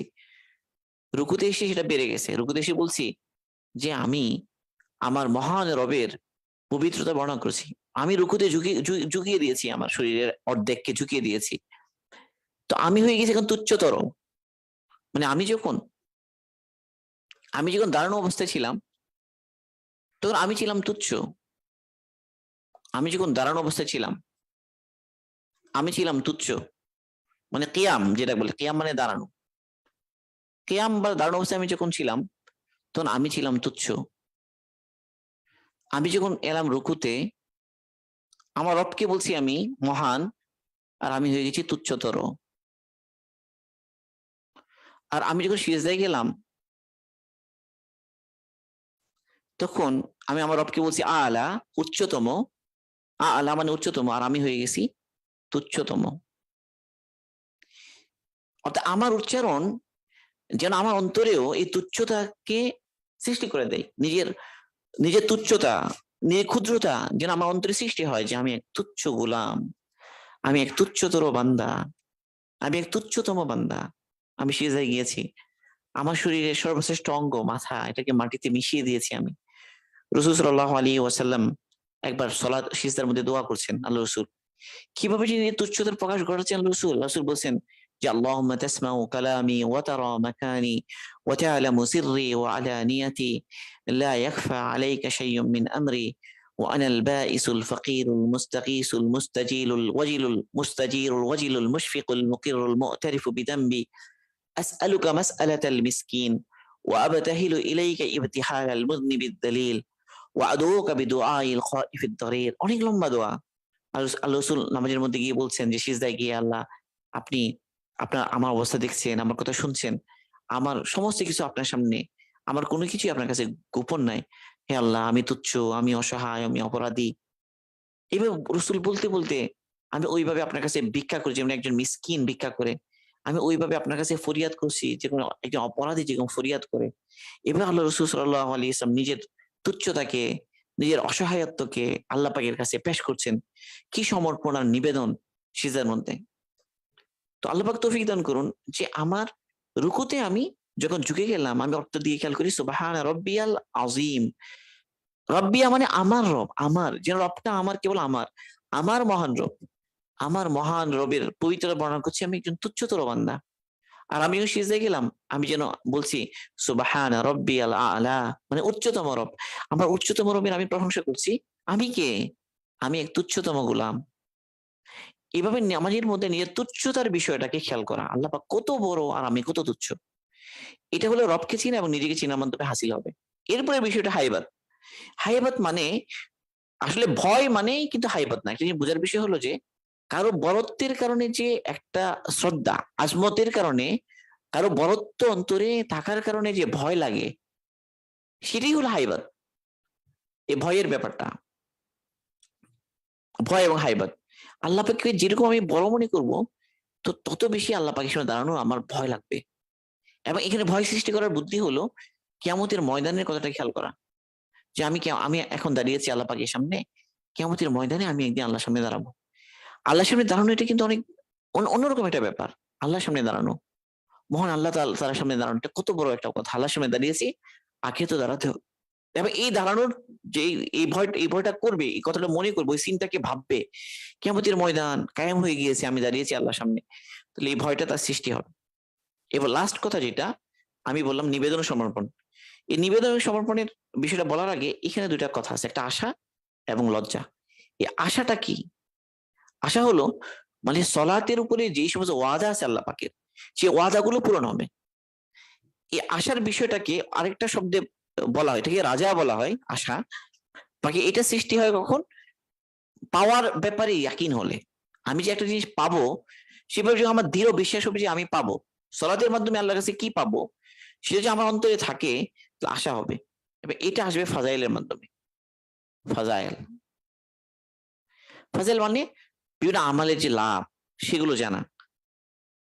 আমাদের যে ফাজাইল আমাল একটা কিতাব আছে, ফাজাইল আমাল, এই ফাজাইল আমালের মধ্যে একটা অংশ আছে ফাজাইলে নামাজ। এই ফাজাইলে নামাজের ভিতরে নামাজের যত ফজিলত গুলো আছে এখানে আলোচনার মধ্যে এসেছে। এই কিতাবটা এমন একটা কিতাব, যদি আমরা এই কিতাবটা পড়ি ইনশাল্লাহ, এই কিতাব যদি আমরা পড়ি, ওই ফজিলত গুলো, কখনো যদি নিজের নামাজের মধ্যে খুব অবহেলা হয়, তাহলে একটু ওই কিতাবটা শুরু থেকে শেষ পর্যন্ত পড়ে ফেলি, পড়লে দেখা যাবে যে ইনশাল্লাহ নামাজের প্রতি অনেক আগ্রহ বেড়ে গেছে। কেন আগ্রহ বেড়ে গেছে? ফজিলত জেনেছি। এটাকে ইহতিসাব বলা হয়। ইহতিসাব, ইহতিসাব মানে হলো যে কি পাবো এটার আশা করে আমল করা। এটা সৃষ্টি হবে ফাজাইলের মাধ্যমে। ফাজাইলের ইলম মানে কোন আমলে কি লাভ, জামাতে সালাত আদায় করলে কি লাভ, রুকুর কি লাভ, সিজদার কি লাভ, আল্লাহর সামনে দাঁড়ানোর কি লাভ, আত্তাহিয়াতু পড়া, ওই জন্য বসা, এটার কি উপকার, সালাতের মধ্যে যত উপকার আছে এগুলো যত জানবো, এই ফাজাইলা নামাজ যেটা আছে, ফাজাইলে নামাজ, এই অংশটা যদি আমি ভালো করে পড়ি ইনশাল্লাহ, ফাজাইল আমি জানবো। ফাজাইল জানলে আমার আশা তৈরি হবে। ফাজাইল আমাল কিতাবটার ভিতরে, এই কিতাবটা একটা মোটিভেশনাল বুক। এটা কিন্তু একটা মোটিভেশনাল বুক। কোনটা? ফাজাইল আমালটা এটা মোটিভেশনাল বুক। মোটিভেশনের জন্য কিচ্ছা বলে লাগে, কি বলা লাগে, কিচ্ছা বলা লাগে। যেমন ধরেন যে কেউ মোটিভেশন করছে, যে সেখানে সে কার কথা বলছে, সেখানে সে মার্ক জুকারবার্গের কথা বলছে, সে বলছে যে বিল গেটস এর কথা বলছে যে তারা করতে কি হলো, তাদের গল্প শোনাচ্ছে সে মোটিভেট করার জন্য, মানে দুনিয়া অর্জনের জন্য মোটিভেট করতে গিয়ে কিচ্ছা বলে মানুষ। তো দিনের ক্ষেত্রে মোটিভেশন আমরা কখন হবো? যখন আমরা দিনের ক্ষেত্রে যারা সালফে সালিহিন আগে বেড়েছেন তাদের গল্পগুলো শুনবো। এই জন্য জুনায়েদ বাগদাদী রাহিমাহুল্লাহ একটা সাধারণ কথা বলেছে, তিনি বলছেন যে আল হিকায়াতু জুনদুম মিন জুনুদিল্লাহ ইউসাব্বিতুল্লাহু বিহা কুলুবা আউলিয়াইহি। জুনায়েদ বাগদাদী রাহিমাহুল্লাহ বলছেন যে এই যে সালফে সালিহিনের যে গল্পগুলো, তাদের আমালের গল্প, তাদের জীবনের গল্পগুলো হচ্ছে আল্লাহ পাকের বাহিনীর মধ্য থেকে একটা বাহিনী। এর মাধ্যমে আল্লাহ সুবহানাহু ওয়া তাআলা তার প্রিয় পাত্রদের অন্তরকে শক্তিশালী করেন। তো ওনাকে জিজ্ঞাসা করা হলো এটা কোনো দলিল আছে? তিনি বলে হ্যাঁ আছে। তাকে জিজ্ঞাসা করা হলো হাল্লাহু শাহিদ, তিনি বললেন শাহিদুহু কওলুহু তাআলা ওয়া কুল্লান নাকুসসু আলাইকা মিন আনবাই রুসুলি মা নুসাব্বিতু বিহি ফুয়াদাক। আল্লাহ রসুলকে আল্লাহ তাআলা বলছেন, হে রসুল আপনাকে আগের নবীদের যে ঘটনাগুলো আমি আপনাকে শোনাই, এই জন্য শোনাই যেন আমি এর মাধ্যমে আপনার অন্তরকে দৃঢ় করে দিতে পারি, যেন আপনার অন্তর দৃঢ় হয়ে যায়। তাহলে আগের জামানার মানুষের নবীদের ঘটনাগুলো যদি শোনার দ্বারা রসুলের অন্তর কি হয়, দৃঢ় হয়, তাহলে আগের জামানার নেককারদের গল্পগুলো শুনলে আমাদের অন্তর দৃঢ় হবে না? তো ফাজিলা আমালের মধ্যে এক হলো অনেকগুলো ফজিলতের হাদিসগুলো জমা করা হয়েছে, দুই হলো ওখানে কিচ্ছা আছে। এই যে ফাজিল আমালে কিচ্ছা আছে কেন? এটা মোটিভেশনাল হোক, মোটিভেশন করতে গেলে কিচ্ছা লাগে। ধরা যাক ওখানে একটা কিচ্ছা আছে, সেটা কি এক বুজুর্গ একদিন স্বপ্নে দেখছেন কি উনি প্রতিদিন তাহাজ্জুদ পড়েন, তো এক রাতে তাহাজ্জুদে উঠতে পারেননি। তো সেই রাতে স্বপ্নে দেখছেন কি যে অনেকগুলো সুন্দরী মেয়ে ওখানে হাজির হয়েছে, অনেকগুলো হুরেরা হাজির হয়েছে, আর একটা কালো কুৎসিত মেয়ে হাজির হয়েছে। তুমি জিজ্ঞাসা করলেন কি ব্যাপার, এই সুন্দর মেয়েগুলোকে আর কুৎসিত মেয়েটাকে? তো বলা হলো যে এই সুন্দর মেয়েগুলো হলো আপনার প্রতিদিনের রাত্রি, আর কুৎসিত মেয়েটা হলো আপনার আজকে রাত্রি। আজকে যে আপনি তাহাজ্জুদ উঠতে পারেননি এই জন্য এই অবস্থা। তো উনি চিন্তা করেন যে আজকে দিয়ে আর ঘুমাবোই না, মানে উনি মোটিভেশন হলেন। তো এই ধরনের গল্পগুলো আমাদেরকে বলার উদ্দেশ্য হলো আমাদের অন্তরেও যেন এই ইহতিসাব পয়দা হয়, আশা পয়দা হয়, আমাদের প্রতি আগ্রহ সৃষ্টি হয়। এটা খুব গুরুত্বপূর্ণ। তো আশা নিয়ে সালাত আদায় করা, যে আল্লাহ পাক আমাদেরকে অনেক বেশি দিবেন, আল্লাহ পাকের নিয়ামত গুলো খেয়াল করা, আল্লাহ পাকের ওয়াদা গুলো খেয়াল করা, জান্নাতের কথা খেয়াল করা, তো আশা বাড়বে। লাস্ট হলো যে লজ্জা। এই প্রসঙ্গে আমি নিবেদনের সমর্পণের বিষয়টা একটু বলি। নিবেদনের এবং সমর্পণের বিষয়টা আসলে প্রেমের রিলেশন। প্রেম, সলাৎ এমন একটা আমাল এটা প্রেম ছাড়া কি হবে না, সুন্দর হবে না। প্রেম এবং ইশক, ভালোবাসা ছাড়া কি হবে না, সুন্দর হবে না। এই জন্য যত আমি তুমির কবিতা আছে না, আমি তুমির গান আছে না, সবগুলোতে নিবেদন সমর্পণের ব্যাপার আছে। সলাতের মধ্যেও নিবেদন এবং সমর্পণের একটা ব্যাপার আছে, মানে আল্লাহ পাকে পেশ করা। আত্তাহিয়াতুর মধ্যে ঠিক এই জিনিসটা হয়। আত্তাহিয়াতু দিয়ে আমরা বলি আত্তাহিয়াতু লিল্লাহি ওয়াস সালাওয়াতু ওয়াত তাইয়্যিবাত। আমি বলছি যে হে আল্লাহ, আমার যত মৌখিক ইবাদত, আমার যত শারীরিক ইবাদত, আমার যত আর্থিক ইবাদত, সব তোমাকে দিলাম। লিল্লাহ মানে তোমাকে দিলাম, হে আল্লাহ তোমাকে দিলাম। আল্লাহকে দিচ্ছি, কি দিচ্ছি? আমার মৌখিক ইবাদত গুলো, আমার শারীরিক ইবাদত গুলো, আমার আর্থিক ইবাদত গুলো আল্লাহর কাছে পেশ করছি যেন আমি। কিন্তু যখনই আমি পেশ করলাম তখন আমার নিজের আমালের দিকে নজর পড়লো। হায় হায়, আমার আমলটা কত দুর্বল, আর আমার আমলটা কত তুচ্ছ। এর মধ্যে ইখলাস নাই, ধ্যান নাই, সুন্দরভাবে করতে পারিনি। আল্লাহ পাকের সামনে দাঁড়িয়ে কত উল্টাপাল্টা চিন্তা করেছি। ইন্নালিল্লাহ। তখন লজ্জা আসে। এই লজ্জার ব্যাপারটা এই জন্য গুরুত্বপূর্ণ যে নিজের ত্রুটিগুলো খেয়াল করা, যে সলাত আদায় করেছি, নামাজ আদায় করেছি, অথচ সুন্দরভাবে আদায় করতে পারিনি, ধ্যান খেয়াল ছিল না, মনোযোগ ছিল না, মহব্বত ছিল না, ভালোবাসা ছিল না, কি যে খারাপ অবস্থা। তো এই জন্য এই যে পেরেশানির কারণে শেষে গিয়ে লজ্জা আসে। এই জন্য দেখেন সে দোয়ায়ে মাসুরা যেটা আছে না, সেখানে গিয়ে আমরা কি বলি? আল্লাহুম্মা ইন্নী যালামতু নাফসি যুলমান কাসীরান ওয়া লা ইয়াগফিরুদ যুনুবা ইল্লা আনতা ফাগফিরলি মাগফিরাতাম মিন ইনদিক ওয়ারহামনি ইন্নাকা আনতাল গফুরুর রহিম। কি বলছি সেখানে? আল্লাহ বলছে আমি জুলুম করেছি, অন্যায় করেছি, অনেক জুলুম। কি জুলুম আসলে? এই যে সালাত ঠিকভাবে আদায় করতে পারিনি। আল্লাহ কি বলছে? এলে তোমাকে দিলাম আমার এই সালাতকে, তোমার জন্য উদ্দেশ্যে পেশ করলাম, আমার এই দোয়াগুলো, এই জিকিরগুলো তোমার উদ্দেশ্যে পেশ করলাম, অথচ আমি কি করেছি? পুরো একটা বিশ্রী সালাত আদায় করেছি, অমনোযোগী একটা সালাত আদায় করেছি। তাহলে কি হলো সেটা? এই জন্য লজ্জা লাগছে। এখন লজ্জার কারণে বলছি যে আল্লাহ আমার জুলুম করেছি, তুমি মাফ করে দাও। মানে তোমার শান মতো হয়নি। এটা হলো লজ্জা। মানে আল্লাহ পাকের শান আর মর্যাদার কথা চিন্তা করে ভাবা যে কিছুই হয়নি। এই হলো লজ্জার ব্যাপারটা। তো আল্লাহ পাক তৌফিক দান করুন যেন আমাদের সালাতের মধ্যে এইসব বিষয়গুলো আসে।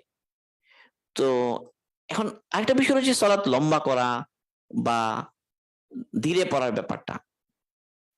যে অনেকে আছে যে নামাজ অনেক লম্বা করে পড়েন, মাশাআল্লাহ, লম্বা করতে পারলে তো ভালো। লম্বা করে যদি পড়া যায় তো ভালো, খারাপ না। কিন্তু অনেক সময় হয় কি যে অনেকে আছে যে অনেক লম্বা করে কিন্তু লম্বা করতে গিয়ে ধ্যান থাকে না, হয়তো অনেক লম্বা করে নামাজ আদায় করছে কিন্তু ধ্যান নাই। তো এইটা ভালো নাকি একটু হালকা করে পড়াটা ভালো? তো এটার প্রসঙ্গে আমি বলবো যে যারা অনেকদিন ধরে নামাজের পিছনে মেহনত করছেন, যারা অনেকদিন ধরে যারা মানে মানে অনেকদিন ধরে মেহনত করছেন, যারা নামাজে একটা স্তরে পৌঁছেছেন আর কি, নামাজে একটা লেভেলে পৌঁছেছেন, তারা ধ্যান রাখতে পারেন, খুব ধ্যান হবে। তো তাদের নামাজ যত লম্বা হবে তত সুন্দর হবে, যত লম্বা তত সুন্দর। কিন্তু যে লোকটা সে নতুন মানুষ, এখন নামাজে ধ্যান ঠিক মতো রাখতে পারে না, তো অনেক লম্বা করে, তো লম্বা যত হচ্ছে তত কি ধ্যান ছাড়া হচ্ছে। তো এই জন্য সাহাবাদের মধ্যে কিছু সাহাবীরা তারা নামাজকে কি করতেন, হালকা করতেন। হালকা করা মানে ওখানে রুকু সিজদা ঠিক মতো আদায় না করা না। যেমন আম্মার ইবনে ইয়াসির রাদিয়াল্লাহু আনহু, আম্মার ইবনে ইয়াসির রাদিয়াল্লাহু তাআলা একদিন হালকা ভাবে নামাজ পড়লেন। হালকা মানে হলো যে বেশি লম্বা করেননি আর কি, যতটুকু হলে ফরজ ওয়াজিব গুলো আদায় হয়ে যায় ততটুকু আদায় করলেন। তো লোকজন জিজ্ঞাসা করলো ওনাকে, ইয়া আবা আকজান, কফফতা ইয়া আবা ইয়াকজান, মানে আপনি নামাজকে বড় হালকা করলেন।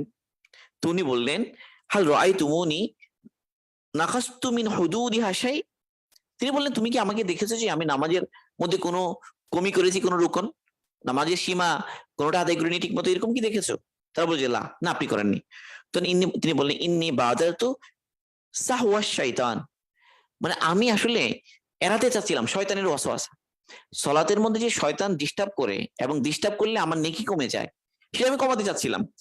কারণ হলো আমি আল্লাহর কাছে শুনেছি, ইন্নাল আবদা লা ইউসাল্লি সলাতা লা ইউকতাবু লাহু লাহু মিনহা নিসফুহা ওয়ালা সুলুসুহা ওয়ালা রুবুহা ওয়ালা কুমুসুহা ওয়ালা সুদুসুহা ওয়ালা উশরুহা। তিনি বলছেন যে আমি রাসূল সাল্লাল্লাহু আলাইহি ওয়াসাল্লামের কাছে এই কথা বলতে শুনেছি যে মানুষ নামাজ পড়ে শেষ করে অথচ তার জন্য সলাতের অর্ধেক লেখা হয়, অর্ধেক লেখা হয়, 3 ভাগের 1 ভাগ লেখা হয়, 4 ভাগের 1 ভাগ লেখা হয়, 5 ভাগের 1 ভাগ লেখা হয়, 6 ভাগের 1 ভাগ লেখা হয়, 7 ভাগের 1 ভাগ লেখা হয়, কারোর জন্য 10 ভাগের 1 ভাগ লেখা হয়, কারোর জন্য কিছু লেখা হয় না। তো এটা কেন? এটা এই জন্য যে সলাতে কতটুকু মনোযোগী ছিল ততটুকু লেখা হয়। কারণ ওয়াকানা ইয়াকুলু, আল্লাহ রাসূল বলতেন, ইন্নামা ইউকতাবু লিল আবদি মিন সলাতিহি মা আকালা মিনহা, মানে সলাতের মধ্যে কেবল ততটুকু লেখা হয় যতটুকু সেখানে মনোযোগের সাথে সে থাকে। যে অংশের মধ্যে তার ধ্যান থাকে না, সে নামাজের যেন থাকলো না, ওটুকু নেকি পায় না সে। তো তিনি বলছেন যে আমি এই জন্য কি করি, আমি আমার নামাজ একটু হালকা পড়ি, কম সময় পড়ে ফেলি, কিন্তু আমি চেষ্টা করি পুরোটাতে ধ্যান রাখার জন্য। কারণ হলো যে ধর 2 রাকাত নামাজ যদি আমি 2 রাকাত নামাজ 2 রাকাত নামাজ যদি আমি 4 মিনিটে পড়ি, আর যদি আমি 2 রাকাত নামাজকে 10 মিনিটে পড়ি, তো 10 মিনিট টানা ধ্যান রাখা অনেক কঠিন। কিন্তু 4 মিনিট হয়তো আমি সাহস করে হিম্মত করলে 4 মিনিট আমি করতে পারবো। তাহলে আমি এখনো যেহেতু এই লেভেলে আছি, প্রথমে 4 মিনিটে পড়ি 2 রাকাত। যখন অতটুকু যোগ্যতা আমার এসে গেল, নামাজে আমি ধ্যান রাখতে পারি, আস্তে আস্তে আমি টাইম বাড়াবো, অর্থাৎ কেরাত লম্বা করব, রুকুতে তাসবিহ 3, 7, 11, 17, 21, 41 তাসবিহ অনেক বেশি পরিমাণে পড়ি, সমস্যা কি? ধ্যান রাখতে পারলে সমস্যা নেই, এটা নফল নামাজে আর কি। সিজদাতেও একটু দেরি করি, সিজদা লম্বা করি আস্তে আস্তে, তখন আমার সালাত লম্বা হয়ে যাবে। কিন্তু যখন আমি ওই পর্যায়ে পৌঁছি নাই, আমি পুরো ধ্যান রাখতে পারি না, তাহলে আমি মোটামুটি 2 রাকাতই পড়লাম, এটা একটু 4 মিনিটে পড়ে ফেলি, আস্তে একটু ধীরে পড়লাম, ঠিক আছে, এত লম্বা করলাম না, কিন্তু চেষ্টা করবো যে পুরোটাতে ধ্যান রাখার জন্য। যত বেশি পরিমাণে আমার ধ্যান থাকবে তত বেশি আমার নেকি হবে। এটা এটা শুধু আম্মার ইবনে ইয়াসির না, আসলে অনেক সাহাবী, যেমন তালহা রাদিয়াল্লাহু আনহু, তালহা রাদিয়াল্লাহু আনহুর ব্যাপারে আসছে যে তিনি এরকম করতেন। জুবায়ের জুবায়ের রাদিয়াল্লাহু আনহু, ওনারা কিন্তু অনেক বড় বুজুর্গ সাহাবী ছিলেন, অনেক উঁচু তবকার সাহাবী ছিলেন, কিন্তু কি করতেন তারা নামাজ মোটামুটি এত লম্বা করতেন না, মোটামুটি এমন ভাবে পড়তেন যেন নামাজের মধ্যে ধ্যান থাকে। তো তারা বলতেন যে নুবাদিরু বিহা ওয়াসওয়াসাতাশ শয়তান, আমরা শয়তানের ওয়াসওয়াসা থেকে কি করার জন্য, এড়ানোর জন্য আমরা এইভাবে চেষ্টা করি। তা এর দ্বারা একটা জিনিস আমার বলা উদ্দেশ্য, সেটা কি, যে খুব বেশি লম্বা হলেই যে আমার নামাজে বেশি কি হবে তা না। এখানে মূল বিষয়টাই হলো কত বেশি আমি ধ্যানের মধ্যে রাখতে পারলাম, এটাই হলো আমার আসল মেহনত। যখন আমি ধ্যান রাখার যোগ্যতা আমার অর্জন হয়েছে, এখন আমি কি করি, এখন আমি আস্তে আস্তে বাড়াই, এটা হলো বুদ্ধির কাজ। এখন আমাদের হয় কি, ধরা যাক যে আমাদের নামাজে ধ্যান ছুটে যায়, তো ছুটে গেলে বারবার ফিরিয়ে নিয়ে আসতে হবে। এখন ধ্যান আনার জন্য কি বুদ্ধি? আসলে নামাজে ধ্যান থাকে না আরেকটা কারণে, এটাকে বলা হয় হাদিসুন নফস। হাদিসুন নফস মানে হচ্ছে মনের কথা বলা, মনের কথা বলা। হাদিসুন নফস, মনের কথা বলাটা কি জিনিস? মানে মনে নানা কথা মনে পড়তে থাকে, বিভিন্ন কাজ কর্মচারী কৃষি সেগুলো মনে পড়তে থাকে, এটাকে হাদিসুন নফস বলে। এই হাদিসুন নফসকে বন্ধ করে দেওয়ার বুদ্ধি হলো মানে মনকে ব্যস্ত করে দেয়া, মনকে ব্যস্ত করে দেয়া। এখন মনকে আমি ব্যস্ত করবো করবো কিভাবে? কোন একটা ধ্যান, ধরছি নামাজে আমি দাঁড়িয়েছি, ওখানে আমি এই কথা ধ্যান করতে পারি, আল্লাহ পাক আমাকে দেখছেন, আল্লাহ পাক আমার কথা শুনছেন, আল্লাহ আমার সাথে আছেন। আমি দাঁড়ানো অবস্থায় বারবার এই ধ্যানটা করতে, মুখে বলবো না, ধ্যান করবো, আল্লাহ পাক আমাকে দেখছেন, আল্লাহ পাক আমার কথা শুনছেন, আল্লাহ পাক আমার সাথে আছেন। আমি যে রুকুতে গেলাম, আমি তাসবিহ পড়ছি, তো সুবহান রাব্বিয়াল আযীম, আমি ধ্যান করি যে আল্লাহ পাক আমাকে দেখছেন, সুবহান রাব্বিয়াল আযীম, আল্লাহ পাক আমার কথা শুনছেন, সুবহান রাব্বিয়াল আযীম, আল্লাহ পাক আমার সাথে আছেন। যখন সিজদাতে গেলাম তখন এই ধ্যানটা করি যে সুবহান রাব্বিয়াল আলা, আল্লাহ পাক আমাকে দেখছেন, সুবহান রাব্বিয়াল আলা, আল্লাহ পাক আমার কথা শুনছেন, সুবহান রাব্বিয়াল আলা, আল্লাহ পাক আমার সাথে আছেন। এইভাবে প্রত্যেক রোকনে বৈঠকের মধ্যে মাঝে মাঝে ধ্যান করতে থাকি, আল্লাহ পাক আমাকে দেখছেন, আল্লাহ পাক আমার কথা শুনছেন, আল্লাহ পাক আমার সাথে আছেন। আমি নামাজের মধ্যে যখন পড়ি তখন পড়ার সময় আমি যা পড়বো তা এগুলো খেয়াল করে করে পড়বো। আমি যখন শুনি তখনও আমি অন্যের যে কেরা এটা এভাবে ধ্যানের সাথে শুনবো। আর যখন আমি কিছুই শুনি না তখন আমি মনোযোগের সাথে এই ধ্যানগুলো করতে থাকবো। তো এইভাবে হবে কি, আমরা পুরো সলাটটা ধ্যানের সাথে হবে, দাঁড়ানো অবস্থায় ধ্যান থাকবে, রুকুতেও ধ্যান থাকবে, সিজদাতেও ধ্যান থাকবে এবং বৈঠকের ধ্যান থাকবে। আরেকটা বিষয় হলো সবসময় একই কেরাত না পড়া, সবসময় একই সূরা না পড়া। তো আমরা তো সূরাই কম জানি, এটা একটা সমস্যা। কেউ হয়তো কেবল 4টা সূরা জানে, 4টা জানে, তো সে সবসময় 4টাই পড়ে। তো 4টা পড়তে পড়তে এগুলো কি হয়ে গেছে, ফ্লুয়েন্সি এসে গেছে। তো ফ্লুয়েন্সি এসে ফ্লুয়েন্টলি এটা পড়া হয়ে যায়, দেন দেন থাকে না। আমরা চেষ্টা করব যে মানে আমি আগে থেকে ঠিক করব না, সবসময় একই সূরা পড়বো না, বরং ভিন্ন ভিন্ন সূরা পড়বো। সবচেয়ে ভালো যে পুরো আমপারা মুখস্থ করা। আমরা যদি ইনশাল্লাহ চেষ্টা করি পুরো আমপারাটা মুখস্থ করে ফেলাম, কোনো ব্যাপার না, পুরো আমপারা মুখস্থ করে ফেললাম, পুরো আমপারা মুখস্থ করলাম এবং ওই নামাজ যখন আমি ইমাম সাহেবের পিছনে যখন পড়ি জামাতে, তখন তো ইমাম সাহেব কেরাত পড়বে না, আমরা তো কেরাত পড়বো না। কিন্তু আমি যখন নফল পড়ি বা সুন্নাহ পড়ি তখন আমি খেয়াল করবো যে আমপারাটা খতম দিব, যে সূরা নাবা থেকে শুরু করলাম, সূরা নাবা পড়লাম প্রথম রাকাতে, অর্ধেক পড়লাম, দ্বিতীয় রাকাতে আর অর্ধেক পড়লাম, মানে যেগুলো নতুন মুখস্থ করেছি সেগুলো পড়তে থাকি। সবসময় যদি আলামদারা দিয়ে পড়ি, সবসময় যদি সূরা সূরা কুরাইশ পড়ি, সবসময় সূরা মাউন পড়ি, সূরা ইখলাস পড়ি, তাহলে এটা এগুলো কি হবে, ফ্লুয়েন্ট হয়ে যাবে, এগুলো দ্রুত পড়ে ফেলবো, উচ্চারিত হয়ে যাবে, ধ্যান থাকবে না। তার সেদিন নতুন নতুন সূরা ঠিক করব, যে এক এক সময় এক এক সূরা পড়বো, কখনো কোরআনের এক জায়গা থেকে, কোনো আরেক জায়গা থেকে, এ প্র্যাকটিস করব। তাহলে হবে কি, ওই যে ফ্লুয়েন্টলি যে শেষ হয়ে যায় কম্পিউটারের মতো চলতে থাকে, বাঁচতে থাকে ভিতরে, এরকম আর হবে না ইনশাল্লাহ। এইভাবে চেষ্টা করা এবং আল্লাহর কাছে খুব দোয়া করতে থাকা, সাদাকা করা, যেন আমরা নামাজ সুন্দর করে করতে পারি। প্রতিদিন রাতে, প্রতিদিন রাতে শোয়ার সময়ে 2-4 রাকাত এমন ভাবে পড়া, 2-4 রাকাত, 2-4 রাকাত এমন প্রতিদিন রাতে পড়বো শোয়ার সময়। শেষটাতে উঠতে পারলে তো ভালো, না পারলে শোয়ার সময় 2-4 রাকাত এভাবে পড়বো, যে একটা সুন্দর করে পড়বো ইনশাল্লাহ, খুব মনোযোগ দিয়ে, খুব মহব্বতের সাথে, ভালোবাসার সাথে 2-4 রাকাত পড়বো, এমন ভাবে পড়বো যে পুরো নামাজে যেন ধ্যান না যায়। একটু কান্নাকাটি করার চেষ্টা করব, একটু আল্লাহ পাকের সামনে দাঁড়িয়েছি, দিলটা নরম করার চেষ্টা করব, জাহান্নামের কথা মনে করব, জান্নাতের কথা মনে করব, আল্লাহ পাকের সামনে দাঁড়ানোর বিষয়টা মনে করব, একটু স্বাদ নেওয়ার চেষ্টা করব। আমরা তো নামাজের স্বাদ সম্পর্কে জানি না, নামাজের মজা সম্পর্কে আমরা জানি না, মজাই লাগে না আমাদের, কেন স্বাদই পায় না। তো চেষ্টা করা যে একটু স্বাদ নিয়ে একটু সালাত আদায় করার জন্য, একটু মজা নিয়ে সালাত আদায় করার জন্য। নফল নামাজে চাইলে আমরা কি করতে পারি, নফল নামাজে আমরা একই আয়াত বারবার পড়তে পারি। যেমন ধরা যাক যে আমি সূরাতুল ফাতিহা বলছি, তো আমি বলতে থাকি ইয়াকা নাবুদু ওয়া ইয়াকা নাস্তাঈন, ইয়াকা নাবুদু ওয়া ইয়াকা নাস্তাঈন, ইয়াকা নাবুদু ওয়া ইয়াকা নাস্তাঈন, ইহদিনাস সিরাতাল মুস্তাকিম, ইহদিনাস সিরাতাল মুস্তাকিম। অর্থের দিকে খেয়াল করে করে বারবার পড়তে থাকি, কাকুতি মিনতি করে যেন আমি হেদায়েত চাইছি, কাকুতি মিনতি করে যেন আমি বলছি আল্লাহ তোমারও ইবাদত করি, তোমার কাছে সাহায্য চাই, তোমারও ইবাদত করি, তোমার কাছে সাহায্য চাই। এইভাবে নামাজের মধ্যে সূরাতুল ফাতিহার বিভিন্ন আয়াতগুলো বারবার পড়তে থাকলাম, মানে সূরা ফাতিহাই পড়ছি, এখানে বারবার পড়ছি। অন্যান্য কোরআনে পাকের বিভিন্ন জায়গা থেকে যে আয়াতগুলো আমার পছন্দ, মহব্বত লাগে, ভালো লাগে, দিল টানে, সেগুলো বারবার পড়ছি। তো এইভাবে সলাতের মধ্যে একটা একাগ্রতা তৈরি হবে, আস্তে আস্তে যোগ্যতা বাড়বে ইনশাল্লাহ। এইভাবে যদি আমরা মেহনত করতে থাকি না, দিন দিন আমার নামাজ উন্নত হবে।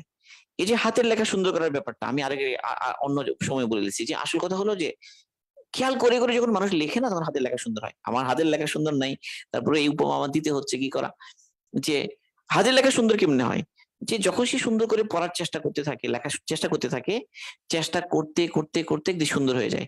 প্রথম দিকে কৃত্রিম ভাবে সে চেষ্টা করে, মানে আসলে সুন্দর না, কিন্তু সে সুন্দর করে লিখতে চেষ্টা করে। এই চেষ্টার কারণে একদিন এমন হয় সে অভ্যস্ত হয়ে যায় এবং সুন্দর হয়। তো সলাতের মধ্যে ইচ্ছে করেই সুন্দর করার চেষ্টা করতে হবে আমার, যে প্রথমে আস্তে আস্তে পড়লাম, ধীরে ধীরে পড়লাম। রুকুতে তারা তাড়াহুড়া করে উঠে যেতে ইচ্ছে করছে না, দুইটা তাসবিহ বেশি পড়ি। সিজদা থেকে উঠে যেতে দিল চাচ্ছে, আর দুইটা তাসবিহ বেশি পড়ি। কেরাও একটু লম্বা করি। এইভাবে ধীরে ধীরে সুন্দর করার চেষ্টা করতে থাকবো।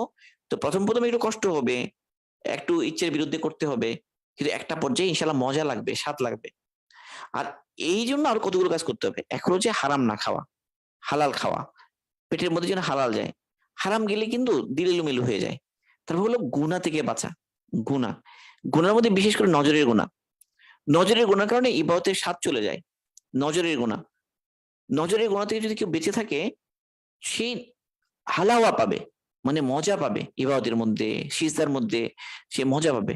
সিজদার মধ্যে গেলে আমরা ওই কথাগুলি খেয়াল করবো যে সিজদাতে বান্দা আল্লাহ পাকে একদম নিকটে পৌঁছে যায়, একদম নিকটে পৌঁছে যায়। এত নিকটে সে আর কখনো যায় না। হাদিসে এসেছে, ইন আকরাবা মা ইয়াকুনুল আবদু মিনাল্লাহি তাআলা আইয়াকুনা সাজিদান। বান্দা যখন মানে সিজদার অবস্থায় সে আল্লাহ পাকের সবচেয়ে নিকটে থাকে, এত নিকটে আর কখনো থাকে না, এত নিকটে সে আর কখনো থাকে না। তাহলে আমি যখন সিজদা দিচ্ছি, ওই আল্লাহ পাকের ওই নৈকট্যকে অনুভব করা। কোরআন পাকের একটা আয়াতে এসেছে যে সিজদা করো, কাছে এসে যাও। তো আমি যত বেশি সিজদা করবো, তত বেশি আমি কাছে এসে যাব। এক সাহাবী আল্লাহ রাসূলকে বলেছে, হে আল্লাহ রাসূল, আপনি আল্লাহর কাছে দোয়া করুন আমি যেন জান্নাতে আপনার সঙ্গী হতে পারি। আল্লাহ রাসূল বললেন, তুমি বেশি বেশি সিজদা করার মাধ্যমে আমাকে সাহায্য করো। তাহলে বোঝা গেল, বেশি বেশি সিজদা করার মাধ্যমে আমরা আল্লাহ পাকের নৈকট্য লাভ করতে পারবো, রাসূলের সাথে জান্নাতে থাকতে পারবো ইনশাআল্লাহ। তো এই জন্য সিজদা বেশি বেশি করা এবং সিজদার মধ্যে সময় বেশি দেওয়ার চেষ্টা করা। আলহামদুলিল্লাহ, অনেক লম্বা আলোচনা হয়েছে। আল্লাহ সুবহানাহু ওয়া তাআলা আমাদেরকে তৌফিক দান করুন, আমরা যেন আসলে এইভাবে সালাত আদায় করতে পারি। আসলে সালাতে দোয়া করা, নফল নামাজে, নফল সালাতে সব রুকুনে দোয়া করা যায়। নফল সালাতের সব রুকুনেই দোয়া করা যায়। একদম আমি রুকুতে দোয়া করতে পারি, সিজদায় দোয়া করতে পারি, দাঁড়ানো অবস্থায় দোয়া করতে পারি। তো দোয়াগুলো হওয়া চাই আরবিতে, আরবিতে, এবং আল্লাহ রসুলের ওই দোয়াগুলো যেগুলো আল্লাহ রসুল করেছেন এবং কোরআনে পাকের ওই দোয়াগুলো, ওগুলোই করলাম, ওই দোয়াগুলোই করলাম। লম্বা লম্বা দোয়া রসুল করেছেন, সে দোয়ায় মাসুরাগুলো শিখলাম এবং সেগুলো নামাজে করতে থাকলাম। সিজদায় গিয়ে দোয়া করলাম, রুকুতে গিয়ে দোয়া করলাম, আর তাহিয়াতুর জন্য বসে দোয়া করলাম। ওখানে আরবি দোয়া শিখলাম এবং অর্থ সহ জানলাম, এবং সেই অর্থ দিয়ে খেয়াল করে দোয়াগুলো পড়লাম।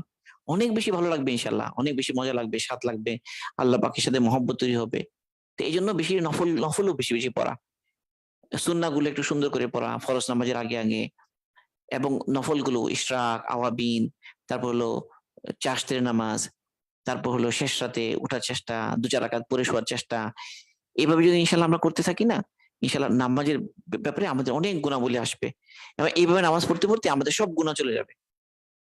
আকিমিস সলাতা তারাফাইন নাহারি আছে না, ওখানে আছে যে ইন্নাল হাসানাতি ইউযহিবনা সাইয়্যাত, যে নেকি মানুষের গুনাহগুলোকে মিটিয়ে দেয়।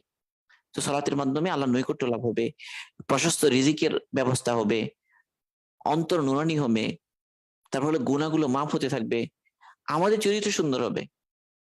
ওই যে আসে না যে কোরআনে পাকে আল্লাহ পাক ওই যে সূরা মাআরিজের মধ্যে আছে মুসল্লিদের বৈশিষ্ট্য, ইন্নাল ইনসানা খুলিকা হালুআ ইযা মাসসাহু শাররু জাযুআ ওয়া ইযা মাসসাহুল খায়রু মানুআ ইল্লাল মুসাল্লিন।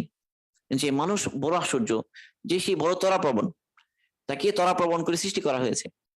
যখন সে কোনো কল্যাণ লাভ, কোনো যখন সে কোনো অসুবিধার মধ্যে পড়ে, সে অস্থির হয়ে যায়। যখন সে কোনো কল্যাণ লাভ করে তখন সে কৃপণ হয়ে যায়। তো অস্থিরতা এবং কৃপণতা থেকে মুক্তির ওষুধ হলো, অস্থিরতা এবং কৃপণতা থেকে মুক্তির ওষুধ হলো যে সলাৎ। অস্থিরতা আর হলো কৃপণতা। তো আমরা নামাজি হওয়ার চেষ্টা করি, মুসল্লি। মুসল্লির বৈশিষ্ট্যগুলো সূরা মাআরিজের মধ্যে আছে, সেগুলি অর্থ সহ একটু শিখে নিব, জেনে নিব, আয়াতগুলো তাফসীর পারলে পড়ে নিব ইনশাআল্লাহ। তাহলে নামাজির কি বৈশিষ্ট্য হওয়া উচিত সেগুলো আস্তে আস্তে আমাদের মধ্যে আসবে ইনশাআল্লাহ। আল্লাহ পাক তৌফিক দান করুন। আল্লাহ পাক আমাদেরকে ভালোভাবে সালাত আদায় করার তৌফিক দান করুন, উত্তমভাবে নামাজ পড়ার তৌফিক দান করুন। অন্তত নামাজের ক্ষেত্রে আমরা এমন জায়গায় পৌঁছি যে আমরা যেন নামাজের ক্ষেত্রে খুব ভালোভাবে নামাজ আদায় করতে পারি, নামাজে সুন্দর করতে পারি। আল্লাহ পাক তৌফিক দান করুন আমাদেরকে।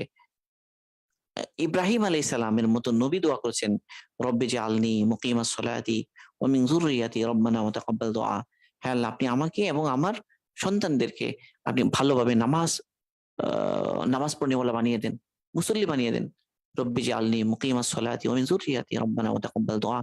আল্লাহ রাসূলুল্লাহ বলছেন যে ওয়া'মুর আহলাকা বিস-সালাহ ওয়াসতাবির আলাইহা লা নাসআলুকা রিজকান ওয়া নাহনু নারযুকুকা ওয়াল আকিবাতু লিত-তাকওয়া।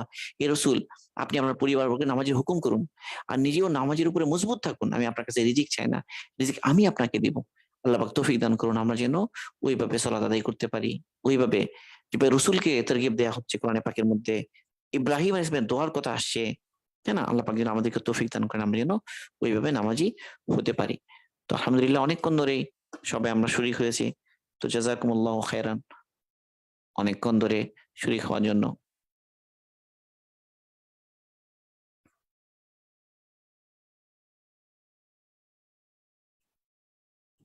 জাযাকুমুল্লাহু খাইরান, অনেক ধৈর্য ধরে সবাই শুনেছেন।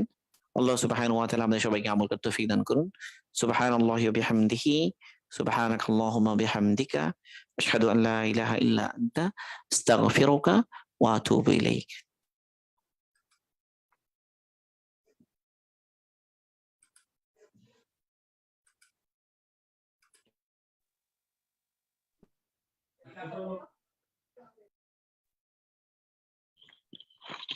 আসসালামু আলাইকুম।